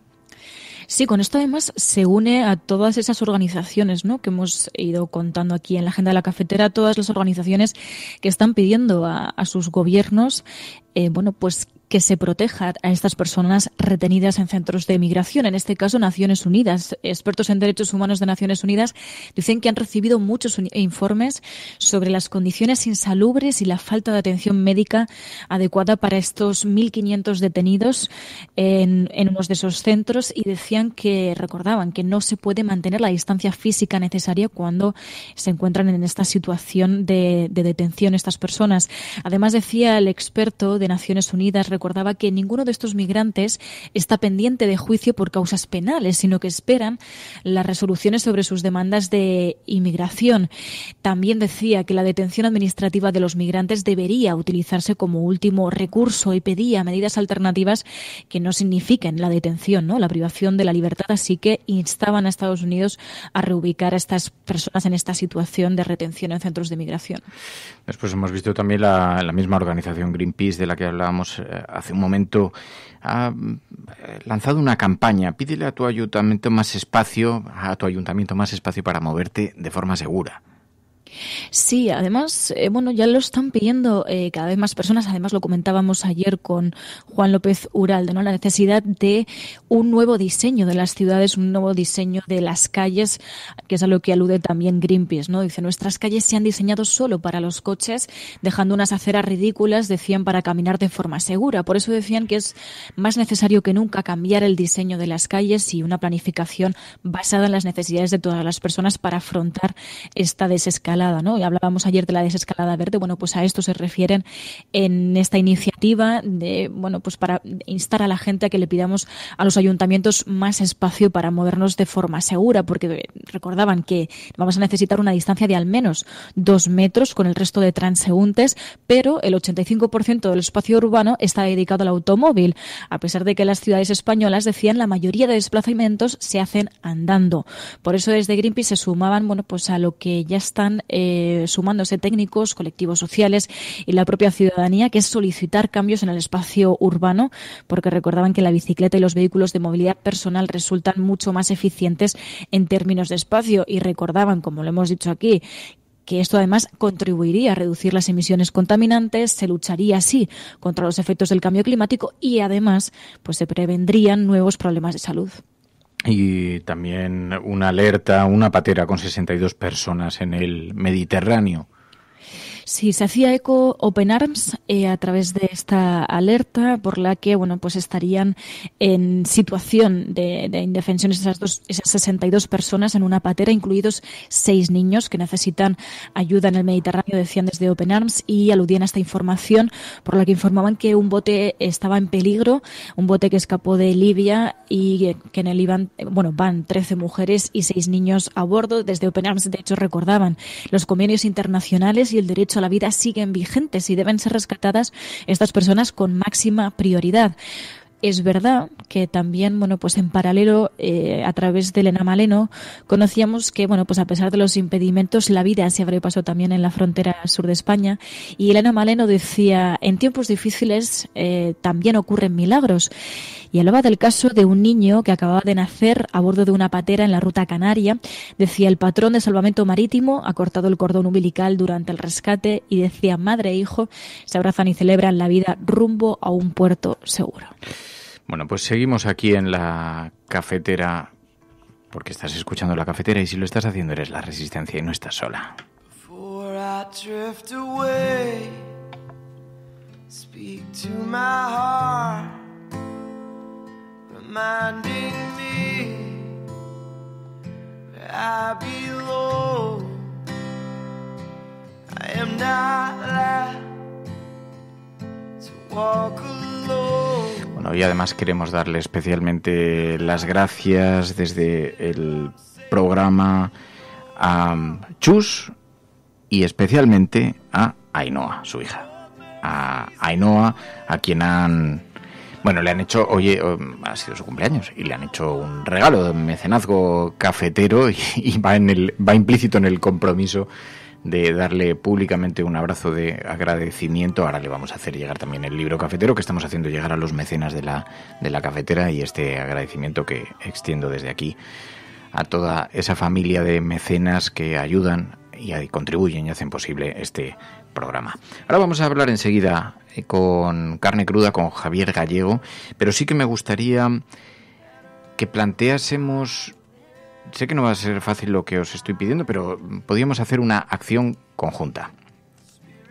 Queridos oyentes de la cafetera, os voy a pedir que prestéis un segundo de atención, un pequeño segundo de atención, que dejéis lo que estáis haciendo, porque algún día habrá desconfinamiento y ese día tenemos que estar preparados para celebrarlo. Así que os voy a pedir que os grabéis un pequeño vídeo. Tiene que estar con buena calidad, intentar hacerlo cerca de la cámara, no pongáis el teléfono en el otro lado de la habitación, una cosa relativamente cercana, o incluso con el manos libres conectado, que lo tengáis conectado en la oreja y así el microfonito va a estar cerca y la distancia que dé el cable. Os grabéis un pequeño vídeo contándonos qué va a ser lo primero que hagáis cuando pase el desconfinamiento. ¿Qué va a ser lo primero que hagáis? ¿Cómo vais a celebrarlo? Habrá quien quiera abrazar a sus seres queridos y no lo haya podido hacer por responsabilidad. Romper el confinamiento no solamente te pone en peligro a ti, pone en peligro a la gente a la que quieres, pone en peligro a sus padres, pone en peligro a los demás. Pero seguramente el día que esto se pueda hacer habrá mucha gente que quiera, que desee ir a abrazar a los suyos, a querer a los suyos. Así que, ¿qué vais a hacer el día que se abra la cuarentena, se abra el desconfinamiento? De una manera ya más o menos amplia, no para salir a correr, más o menos amplia. ¿Vale? Entonces os pedimos que nos enviéis vuestro vídeo. Vamos a hacer una gran campaña el día que esto se acabe. Y además de estos vídeos confeccionaremos un buen audio para el programa y todo eso. Entonces, pero os pedimos participación, os pedimos ayuda, un pequeño vídeo. Dice Nacho, en el programa, los oyentes del programa, estoy esperando que se acabe el confinamiento para quedarme en casa tranquilo. Dice, pues a mí me va a dar pereza salir y me quedaré en casa. Bueno, ¿qué es lo que vais a hacer? ¿Qué prevéis? ¿Qué es lo que estáis esperando? Yo, por ejemplo, tengo muchas ganas de ir al campo, de ir a pasear. Tampoco es que llevemos 17 años metidos en una celda. Estamos en casa y, bueno, mal que bien, la mayor parte de los ciudadanos, la mayor parte, obviamente, hay casos particulares de todo tipo y naturaleza, ¿no? Almudena dice, yo voy a ir a por materiales de bricolaje. Dice, ay, no sé, dice Mamen, que me da mucho pudor hacerme vídeos. Fer, con lo que yo te quiero. Eso no lo ha dicho, pero siempre lo dice. Y yo te quiero también mucho, pero así que espero vuestros vídeos. Bueno, haceros todos, venga, un vídeo, hagamos un gran vídeo colectivo. ¿Por qué? A ver, ¿qué dices, Mary? No, que digo que hay que ser sinceros. Porque tú no lo ves fácil o que no lo ves bien. Quiero ir grabándote vídeo. Hay que ser sinceros. Bueno, yo eso ya también veremos. te implica a ti. No, ya veremos nada. Estamos pidiendo un ejercicio colectivo. Voy a empezar yo para brindar ejemplo. ¿Qué es lo primero que voy a hacer? Yo creo que salir al campo, creo. Y bueno, nos lo hacéis llegar. Lo podéis poner en yo creo que mejor por móvil y así los damos a conocer todos juntos, ¿o qué hacemos? Bueno, cada cual como pueda. Quizás sea más fácil audios. No, porque ahí no me estropees la estrategia. Estoy haciendo una estrategia de vídeo móvil. 627-002-002 es el WhatsApp del programa. Nos enviáis. Tiene que ser un pequeño vídeo de 30 segundos, ¿eh? No os tiréis una hora ahí hablando, sino 30 segundos de... Pues yo lo que quiero hacer es ir a abrazar a mi madre, porque tal, pues yo voy a decirles a mi familia que voy a tener un hijo. Todavía no lo saben. Lo que queráis. Claro, tiene que ser algo que vayáis a hacer dentro de mes y medio. Más o menos. Creemos. Pensamos, a lo mejor se prolonga, pero bueno, pensamos 627-002-002, allí tenéis el WhatsApp del programa, nos lo hacéis llegar. Y si no tenéis esa manera de hacerlo llegar, pues nos lo ponéis en Twitter y me ponéis referencia, me citáis y así yo lo puedo ver. Venga, 627-002-002 y así vamos viendo. Y poco a poco, y luego ya cuando vayamos a salir, confeccionamos un gran documento con toda la cafetera, la resistencia de la cafetera en pleno desconfinamiento. Cafetera desconfitada.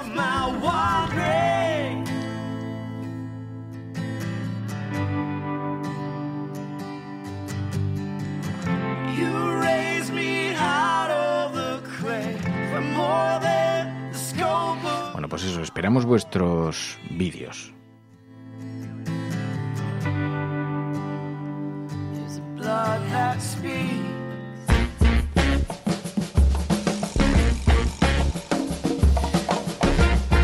Javier Gallego, Carne Cruda, muy buenos días.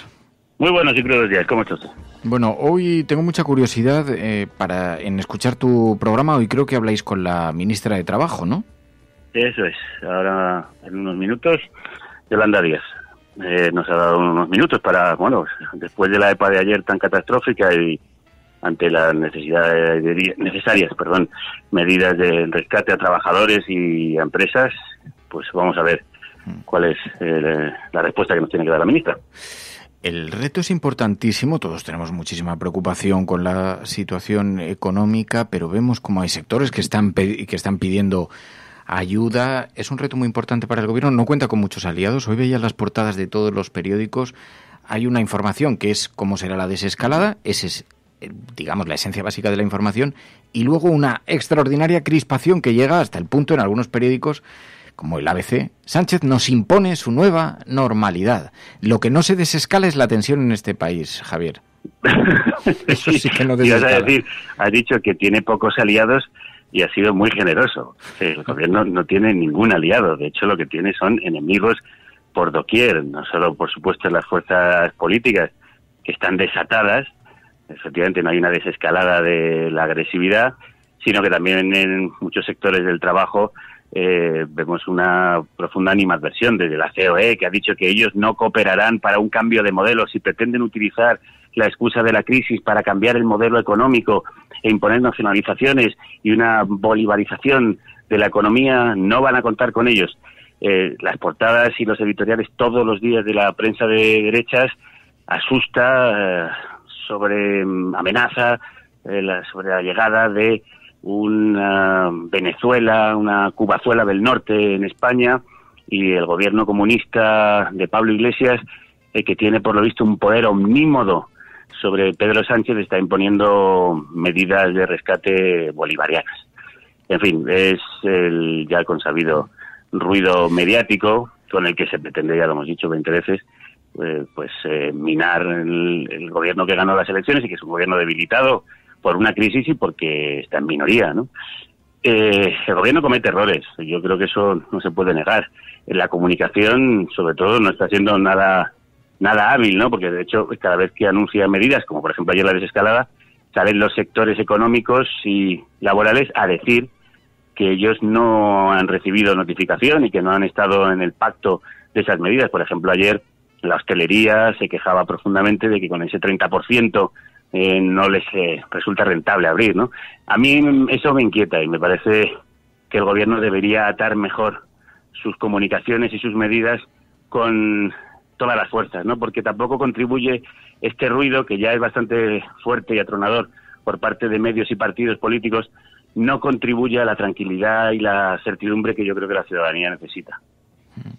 Aunque es difícil, porque cuando se habla de el caos de la nueva normalidad, de la desescalada sin calendario, en continuo estado de alarma, la impresión que nos da es que nadie va a frenar en esta tensión, no va a haber cambios. ¿Tú crees que esto está impactando en la opinión pública? ¿Tú qué observas desde con los pies en la tierra? ¿Cómo está el estado de ánimo, el estado social? Bueno, yo más que nada, porque eso ya ahora mismo y encima confinados, resulta más difícil tomar el pulso al país, pero nosotros hemos hecho conexiones constantes con Metroscopia, con José Pablo Ferrandiz, que es analista de Metroscopia y colaborador del programa, y esa crispación que se ve en las redes sociales y en las portadas no se corresponde con lo que después dice la opinión pública en los distintos sondeos que se han hecho, en los que el líder más valorado sigue siendo Pedro Sánchez, el presidente,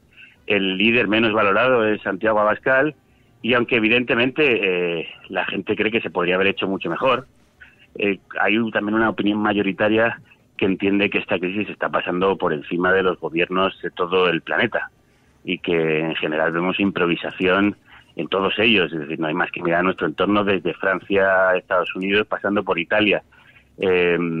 Son pocos los que lo han hecho bien, los que han tenido la previsión suficiente para pararlo a tiempo, y la verdad es que las encuestas no se corresponden con esas caceroladas que se intentan alentar desde redes sociales, aunque por supuesto yo creo que todo el mundo está cansado del encierro, enfadado cuando el gobierno no acierta en la comunicación de las medidas o cuando no hay equipación suficiente para proteger a los sanitarios y sanitarias.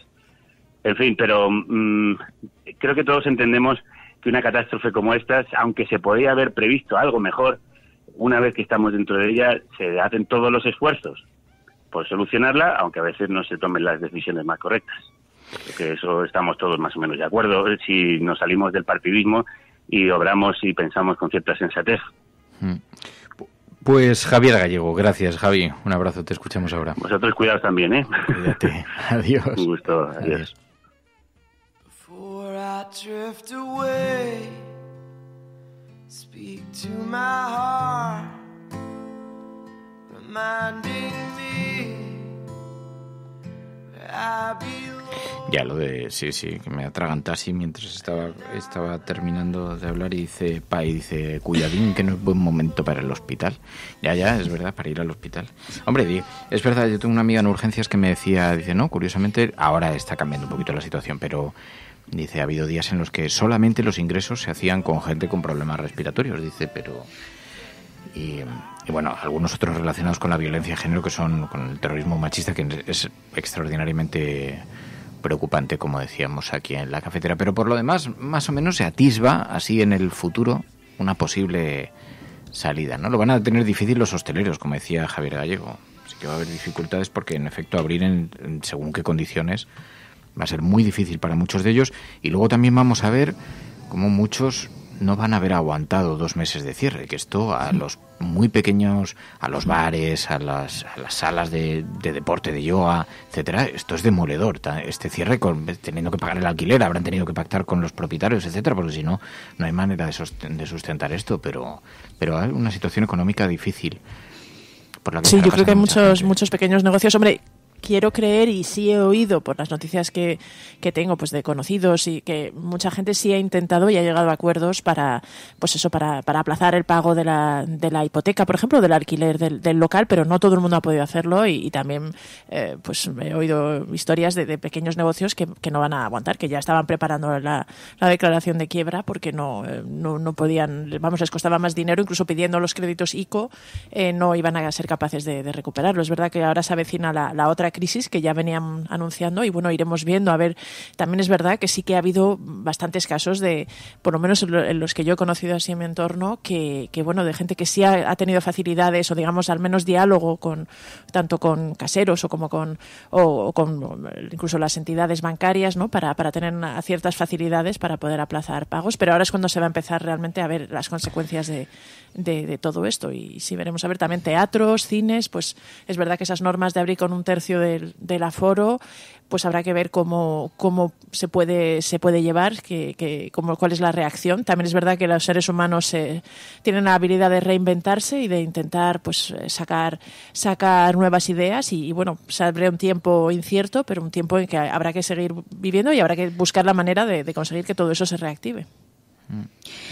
Yo creo que además va a ser el momento también de demostrar la solidaridad, ¿no?, entre unos y otros. Hablabas, por ejemplo, ¿no?, del tema de perdonar o de ayudar, ¿no?, en los temas del alquiler, también de cómo se vayan adaptando algunas empresas, ¿no?, a la situación. Y es verdad que también llamaba mucho la atención lo presente que también ha estado, ¿no?, el tema económico y de la reapertura de locales, ¿no?, ya en las primeras fases, como bueno, pues se va a empezar a poder abrir algunos locales y demás. O sea que yo creo que eso sí que está muy presente en la agenda del gobierno. Ahora veremos a ver, porque en efecto hay muchas situaciones y a ver cómo afecta a la mayor parte de los ciudadanos en tiempos de incertidumbre. Bueno, en todo caso, lo que sí que me gustaría es aprovechar, porque ahora, la verdad, no sé por qué no lo he puesto así como debe ser, en condiciones... en las condiciones oportunas y adecuadas, sumando las flechas en el bosque de Sherwood para Sara y para Gerardo, a quien queremos dar las gracias, porque también entendemos que en esta situación muchos estáis haciendo un esfuerzo en las dificultades por apoyar este proyecto. Nos marcamos como principio no dejar de estar un solo día en esta situación, en esta crisis, para lo que nosotros hemos tenido que adaptar también nuestra propia forma de trabajar y nuestra propia forma de entender el programa, y os agradecemos muchísimo a los que lo habéis apoyado y lo habéis comprendido también en este tiempo y hacéis posible este programa. Bueno, y nada más, yo creo que nada más. No sé, no habíamos enviado ninguna chorrerilla, ¿no? Pues ahora mismo no he visto nada concreto. Es verdad que siguen saliendo proyectos, y me hacía gracia un tuit que ha puesto Enrique Quesada. Dice, ahora que se empieza a ver en un horizonte final, ¿no?, la desescalada se empieza, dice, nos dará tiempo a hacer todo lo que queríamos hacer en la cuarentena, que ahora empieza el estrés por aprovechar los últimos... Claro, esto además, los primeros días, es verdad, los primeros días ha sido como las nocheviejas, que te marcas todos los objetivos del año. Voy a salir haciendo yoga, pero mira, María.es hace yoga todos los días, diariamente. Bueno, algún día me lo he saltado, ¿eh? Ya lo dudo. Ahí, la tía en plan va a salir hecha una sílfide, yo no digo nada, pero va a arrasar en las playas de ahora me estoy Cancún. Apuntando a Zumba, que te anima un montón. Entonces te pones a bailar mientras haces ejercicio. No sé si deberíamos profundizar concretamente en esta idea. Joder, luego dices que el resto del mundo es muy mal pensado, pero tienes la mente muy sucia, oye. Tengo la mente sucia, así en genérico. Sí. Así sin más, punto. La suerte de... Mira, eso podría ser otro vídeo, ¿no? Que la Resistencia nos contara qué han descubierto en esta cuarentena, qué hábito o qué costumbre o qué actividad han descubierto en esta cuarentena y pueden incluso incorporar a su... Y la de las asignaturas pendientes, porque es verdad que, oye, lo que nos habíamos hecho, yo había bueno, también, no lo voy a decir muy alto porque seguramente María Galería esté escuchando, pero yo me había puesto como reto ordenar la parte de arriba del... Tenemos un altillo, que es una habitación que tiene una altura un poco más... Bueno, y entonces tiene como... Es un pequeño altillo, ¿no? Que cabe allí unas cajas. Cajas que no sé ni qué contienen. O sea, tienen elementos desde la infancia hasta nuestros días. Y entonces María cada vez que lo ves como... Esto hay que ordenarlo. Sí, sí. Claro, como ya es maricondo en la tierra, pues quiere ordenarlo todo. Entonces mira y en todo... ¡Oh, Dios, me ha visto! Estaba escuchando. Maldita sea. Bueno, pues el otro día hice un intento con el armario. Abrí una caja, empecé a sudar, ya me puse de mal humor, porque ahí empezaron a salir recuerdos de la infancia, la madre de Dios, la madre que parió, decía yo, pero ¿cómo voy a tirar esta foto, este trozo de servilleta que tengo guardado de aquel bar que me hice un simpa con 14 años? ¿Cómo voy a tirarlo? Si esto no puedo, si esto forma parte de la vida. Esto es historia. Esto es historia de la humanidad. Y entonces... A los 2 minutos cerré las cajas, las volví a empujar contra el armario, cerré la puerta y dije, se acabó la organización pandémica, esto se queda como está, no sé. Así que van a quedar un montón de asignaturas pendientes cuando acabe el confinamiento, cuando el confinamiento marche. Mira, como dice Mamen, que esto me pasa a mí, Mamen también, dice, de tanto ordenar ahora no encuentro lo que busco. Antes era un desorden ordenado. ¿Qué es lo que me pasa a mí, Mamen? Si es que yo sé dónde está todo, en el desorden, en la desorganización.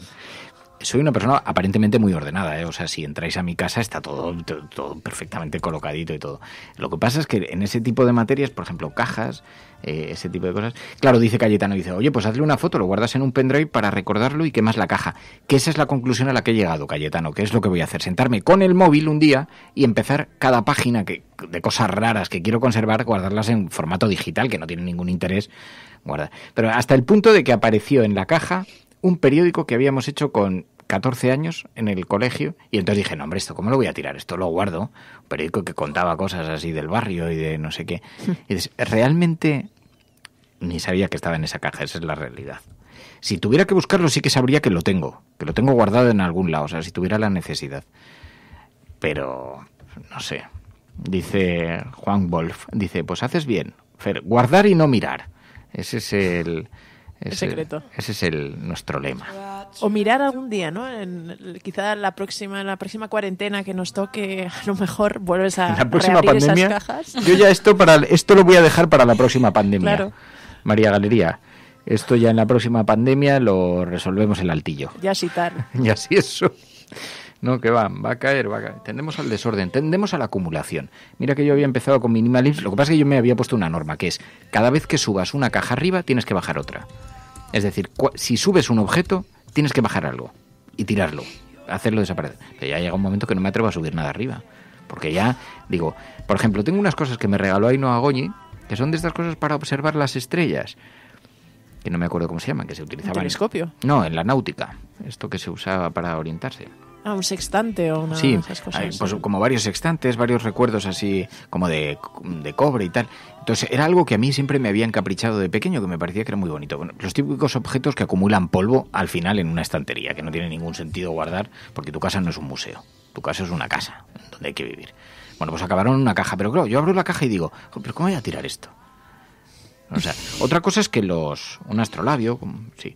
Otra cosa es que los pueda regalar. Tampoco son elementos porque son así medio de souvenir, o sea, no son realmente elementos de precisión náutica. Pero dices, pues es que me da como penica. Me da penica.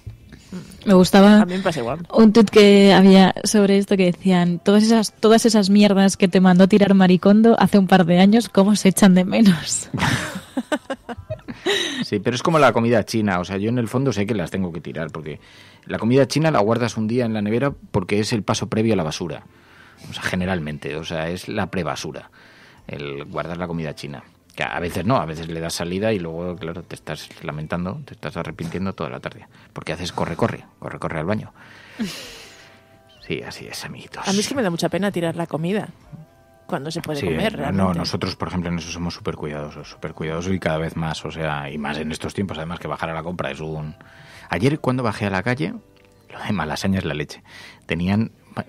Primero dan el aplauso de las 8 y después hasta las 8:30 música en el balcón con unos altavoces, unos baffles gigantes. Entonces hay un DJ ahí poniendo música, pero todo música del estilo Hijo de la Luna y todas estas cosas. Mecano, la vuelta atrás, ¿no? El paso atrás. A tope, ¿eh? El paso fuimos jóvenes cuando vinimos a vivir a Malasaña y ahora nos queda Mecano. Pues... todo eso... Ya que no podemos ir a los bares, lo hacemos desde los balcones, ¿no? Y entonces, oye, pero que la gente, como además, sí. Es que ¿sabes qué me pasa? Que siempre voy a última hora, porque siempre digo, hoy tengo que ir a comprar, a ver si voy por la mañana, y acabo yendo a las 8 de la tarde, que hay unas colas que te cagas en el súper. Y, por cierto, todo este escándalo, hay mucha gente que no lleva mascarilla, y hay mucha gente que no lleva guantes. Lo digo porque, como ha habido mucho escándalo con que si Pablo Iglesias no llevaba mascarilla, depende un poco de los lugares, depende de muchas cosas, pero... yo no sé si es obligatorio o no. Desde luego, obligatorio no parece porque así como te hacen esperar fuera para que no haya mucha gente, no se acumule mucha gente dentro del supermercado, no he visto que nadie impida a nadie entrar por no llevar mascarilla. No lo sé, tengo que revisarla. Creo que lo que han dicho el gobierno es altamente recomendado, pero no es obligatorio. Entre otras cosas porque es verdad que, por ejemplo, guantes ya no venden en ningún sitio. Aquí por el centro yo no he encontrado por ningún sitio, porque no quedan, se han agotado. Y así que digo yo que difícilmente puedes obligar. Las mascarillas también han estado agotadas un montón de tiempo, así que... Bueno, el caso es que ayer había mucha gente, mucha más de la que he visto en otros momentos del mes. Es curioso como en los primeros días, es verdad que abrir la mano, en cuanto insinúas que se puede salir de forma controlada, la gente sale, pero vamos, a destajo. Mira que han sido responsables los españoles, que lo dicen todos los estudios. Pero es verdad que... ayer había un montón de gente, familias con niños que se iban en coche. Digo, pero esto dónde? O sea, ¿pero qué es lo que está pasando? Supongo que estaría justificado. No creo que nadie se salte el confinamiento porque sí, pero en fin, es un acto de responsabilidad. Somos muy responsables para otras cosas en la vida y me sorprende a mí como luego la gente... Oye, yo estoy también somos las muchos, normas. Es decir, también en zonas, en barrios, tu barrio que tiene una densidad de población muy alta, incluso aunque la gente cumpla escrupulosamente las normas, si todos los que tienen hijos salen con 1 hora al día, el problema a lo mejor sería fijar franjas horarias, repartir las cosas, pero claro, algunas de las imágenes que provocaron esa indignación el domingo, también es verdad que es un problema de cantidad de gente, ¿no? Me parece que los datos indicaban que eran 6 millones de niños los que podían salir, incluso cumpliendo las recomendaciones del gobierno. Eso visualmente es mucha gente, porque sí, pero son 6 hay millones algo, más sus padres. Pai, que cada uno tenemos una idea de cómo es la educación, cómo debe ser la educación y todo eso, pero hay algo que a mí me llama la atención. Ayer, por ejemplo, había muchos niños con patinete, con pelotas y con no sé qué. Dice, bueno, es que son niños, quieren salir a la calle. Pero ¿qué coño son niños? O sea, lo digo yo, que soy... en fin, abnegadamente convencido de que los niños tienen que tener espacio y que tienen que correr y tienen que ver el campo y tienen que tal. Pero estamos en una situación de extremada emergencia. O sea, probablemente, no sé si nuestra generación, a lo mejor sí, oye, tenemos mala suerte o hay una segunda oleada o ya veremos, ¿no? Pero pocas veces, digamos, nuestra sociedad había vivido una cosa como esta. Y entonces los padres están de un exigente que yo digo, desde luego, es como para entregaros el... Porque dice, no, pero es que los niños tienen que jugar al balón. No, los niños no tienen que jugar al balón. Si no pasa nada, bueno, el balón le están tocando todos, de entrada. Luego, además, los niños, es que además se les olvida. Es que es verdad, que es que los críos van y están jugando y de pronto están todos cambiándose los cromos. Pero es que los niños no tienen que jugar al balón. Es que no tienen, pero es que no tienen que jugar al balón. Es que no tienen que cambiar. Tienen que acompañar a sus padres. Pero es que esto mismo pasa con los patinetes, pasa con los tal. Y luego está la aleatoriedad de porque a mí me parece bien.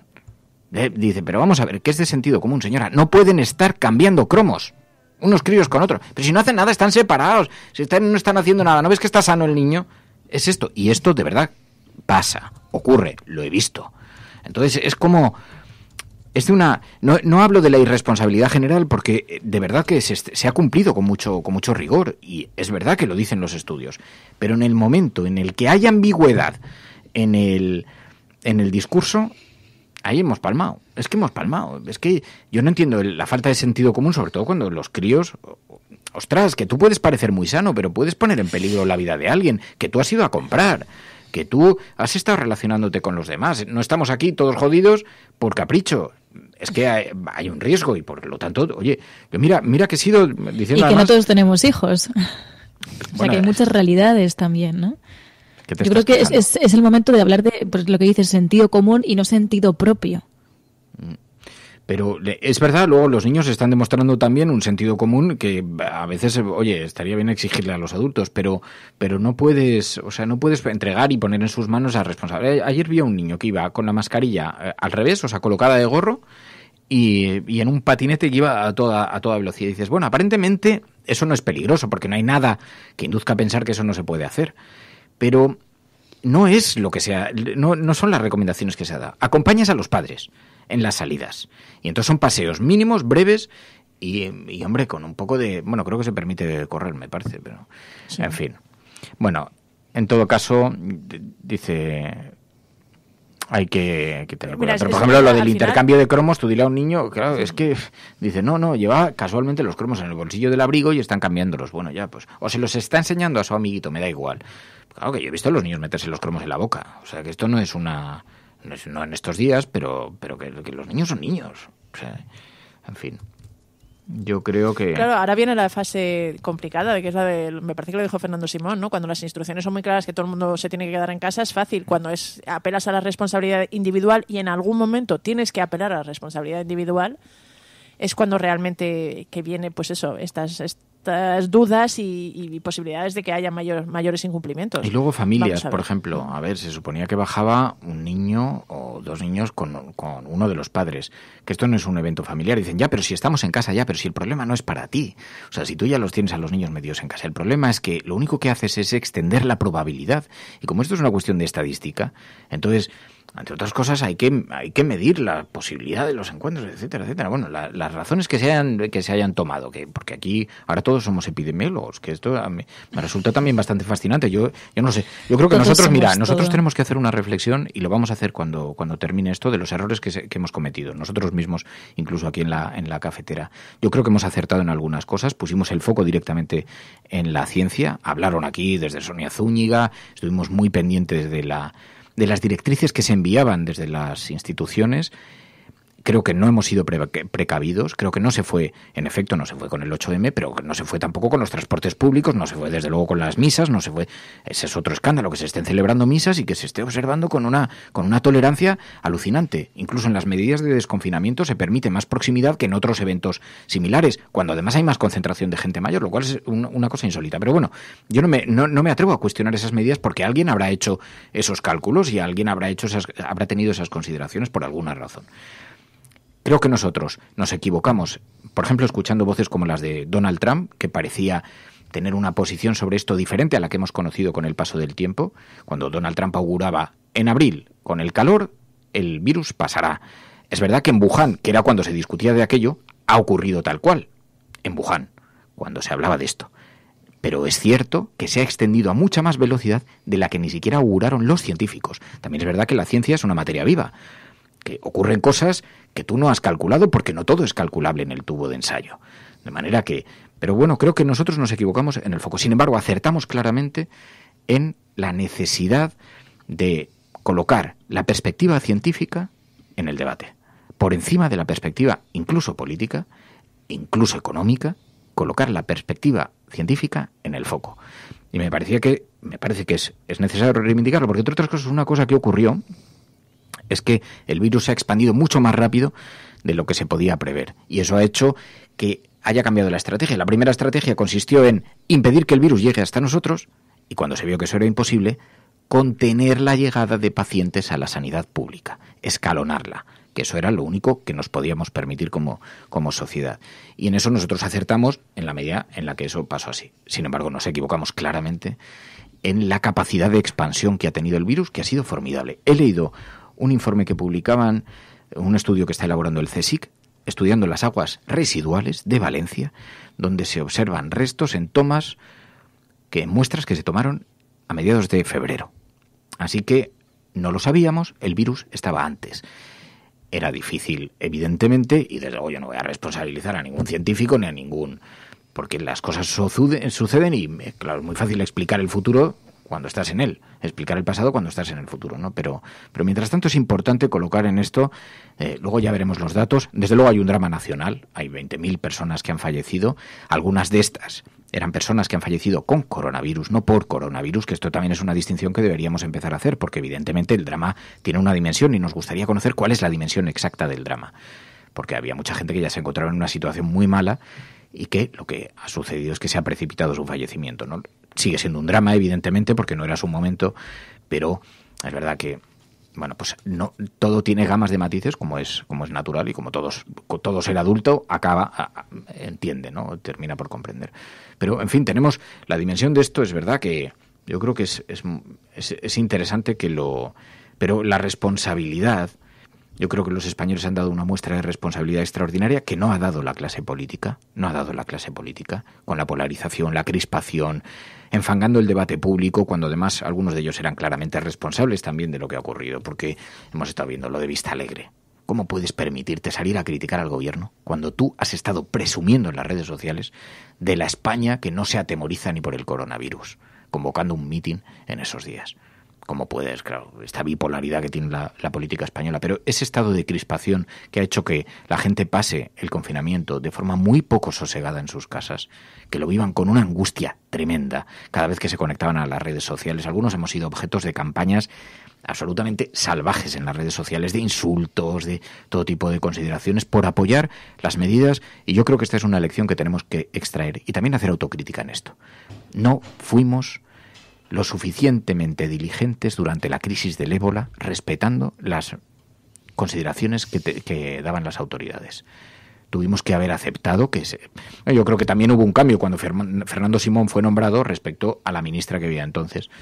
Pero, dicho lo cual, es verdad que todos tenemos que reflexionar, porque todos en este país queremos que haya menos fallecidos, eso es evidente, y no se me ocurre que ningún político quiera lo contrario. No creo que nadie, aunque esté en la opción política que piense que es mejor un país con más fallecidos, de manera que tenemos que repensarnos un poco como sociedad, porque hemos vivido una etapa de una crispación salvaje, con toda la gente además muy angustiada, con mucho miedo encima, en sus casas, y dedicándole horas y horas al miedo, al temor, a la polarización, al enfado, al enfrentamiento, a atacar a los demás sin ninguna responsabilidad, escondidos muchas veces detrás de seudónimos en las redes sociales. Ha sido un auténtico escándalo, ha sido una vergüenza de comportamiento en algunos casos, y buena parte de la responsabilidad la ha tenido la clase política. Así que tenemos que pensar, hemos acertado muchas cosas como sociedad, hemos cumplido bastante diligentemente con todo lo que nos han dicho las autoridades, bastante en general, pero también en ocasiones nos hemos comportado de forma deleznable, y desde luego ha habido una parte de los responsables públicos que se han comportado de todo menos responsablemente. Y esto deberíamos reflexionarlo, porque ha sido demencial y ha habido mucha gente que le ha estallado la angustia en casa y que han sido incapaces de canalizarla y que han explotado, y los ves en las redes sociales y los ves con unos discursos encendidos, salvajes, y que lo único que provocan es enfrentamiento en un país que tiene muchas cosas de las que sentirse orgullosos, porque paralelamente hemos estado viendo cómo ha habido muchísima gente implicándose para hacer más fácil la vida de los demás, gente ofreciéndose para bajar a comprar a los demás, gente apoyando a los mayores, médicos viviendo un auténtico calvario profesional sin medidas de protección, con unos recursos paupérrimos, con unos sueldos lamentables, completamente precarizados, con unos horarios interminables, a los que se le ha colocado en unas responsabilidades para las que no estaban cualificados porque no había personal suficiente, médicos trabajando incluso en situación de contagio. En fin, hemos visto gente dando unas muestras de solidaridad, de generosidad, desde los repartidores a los reponedores, a la gente en los supermercados, a todo tipo de sanitarios, todo tipo de enfermeras, enfermeros, en fin, con gestos de auténtico heroísmo y el reconocimiento social de los aplausos. Pero paralelamente también hemos vivido esa otra faceta que tenemos que saber contener, porque es una vergüenza. Bueno, nada, nos vamos a marchar. No, es que me estaba pensando y es verdad, quizá todos tendremos que pensar un poquito también en nuestra propia conducta. Mary, Pai, gracias. Gracias a vosotras. Bueno, cuidaos mucho, cafetera, y muchísimas gracias a todas por hacer de este mundo un poquito mejor, por participar en esta gran familia de la cafetera. Y bueno, por formar parte de este pequeña tribu en el bosque de Sherwood. Sí que tienes que recordar una cosa: si estás escuchando esto, eres la resistencia, pero sobre todo, ni has estado sola, ni vas a estar sola. Hasta mañana. Adiós.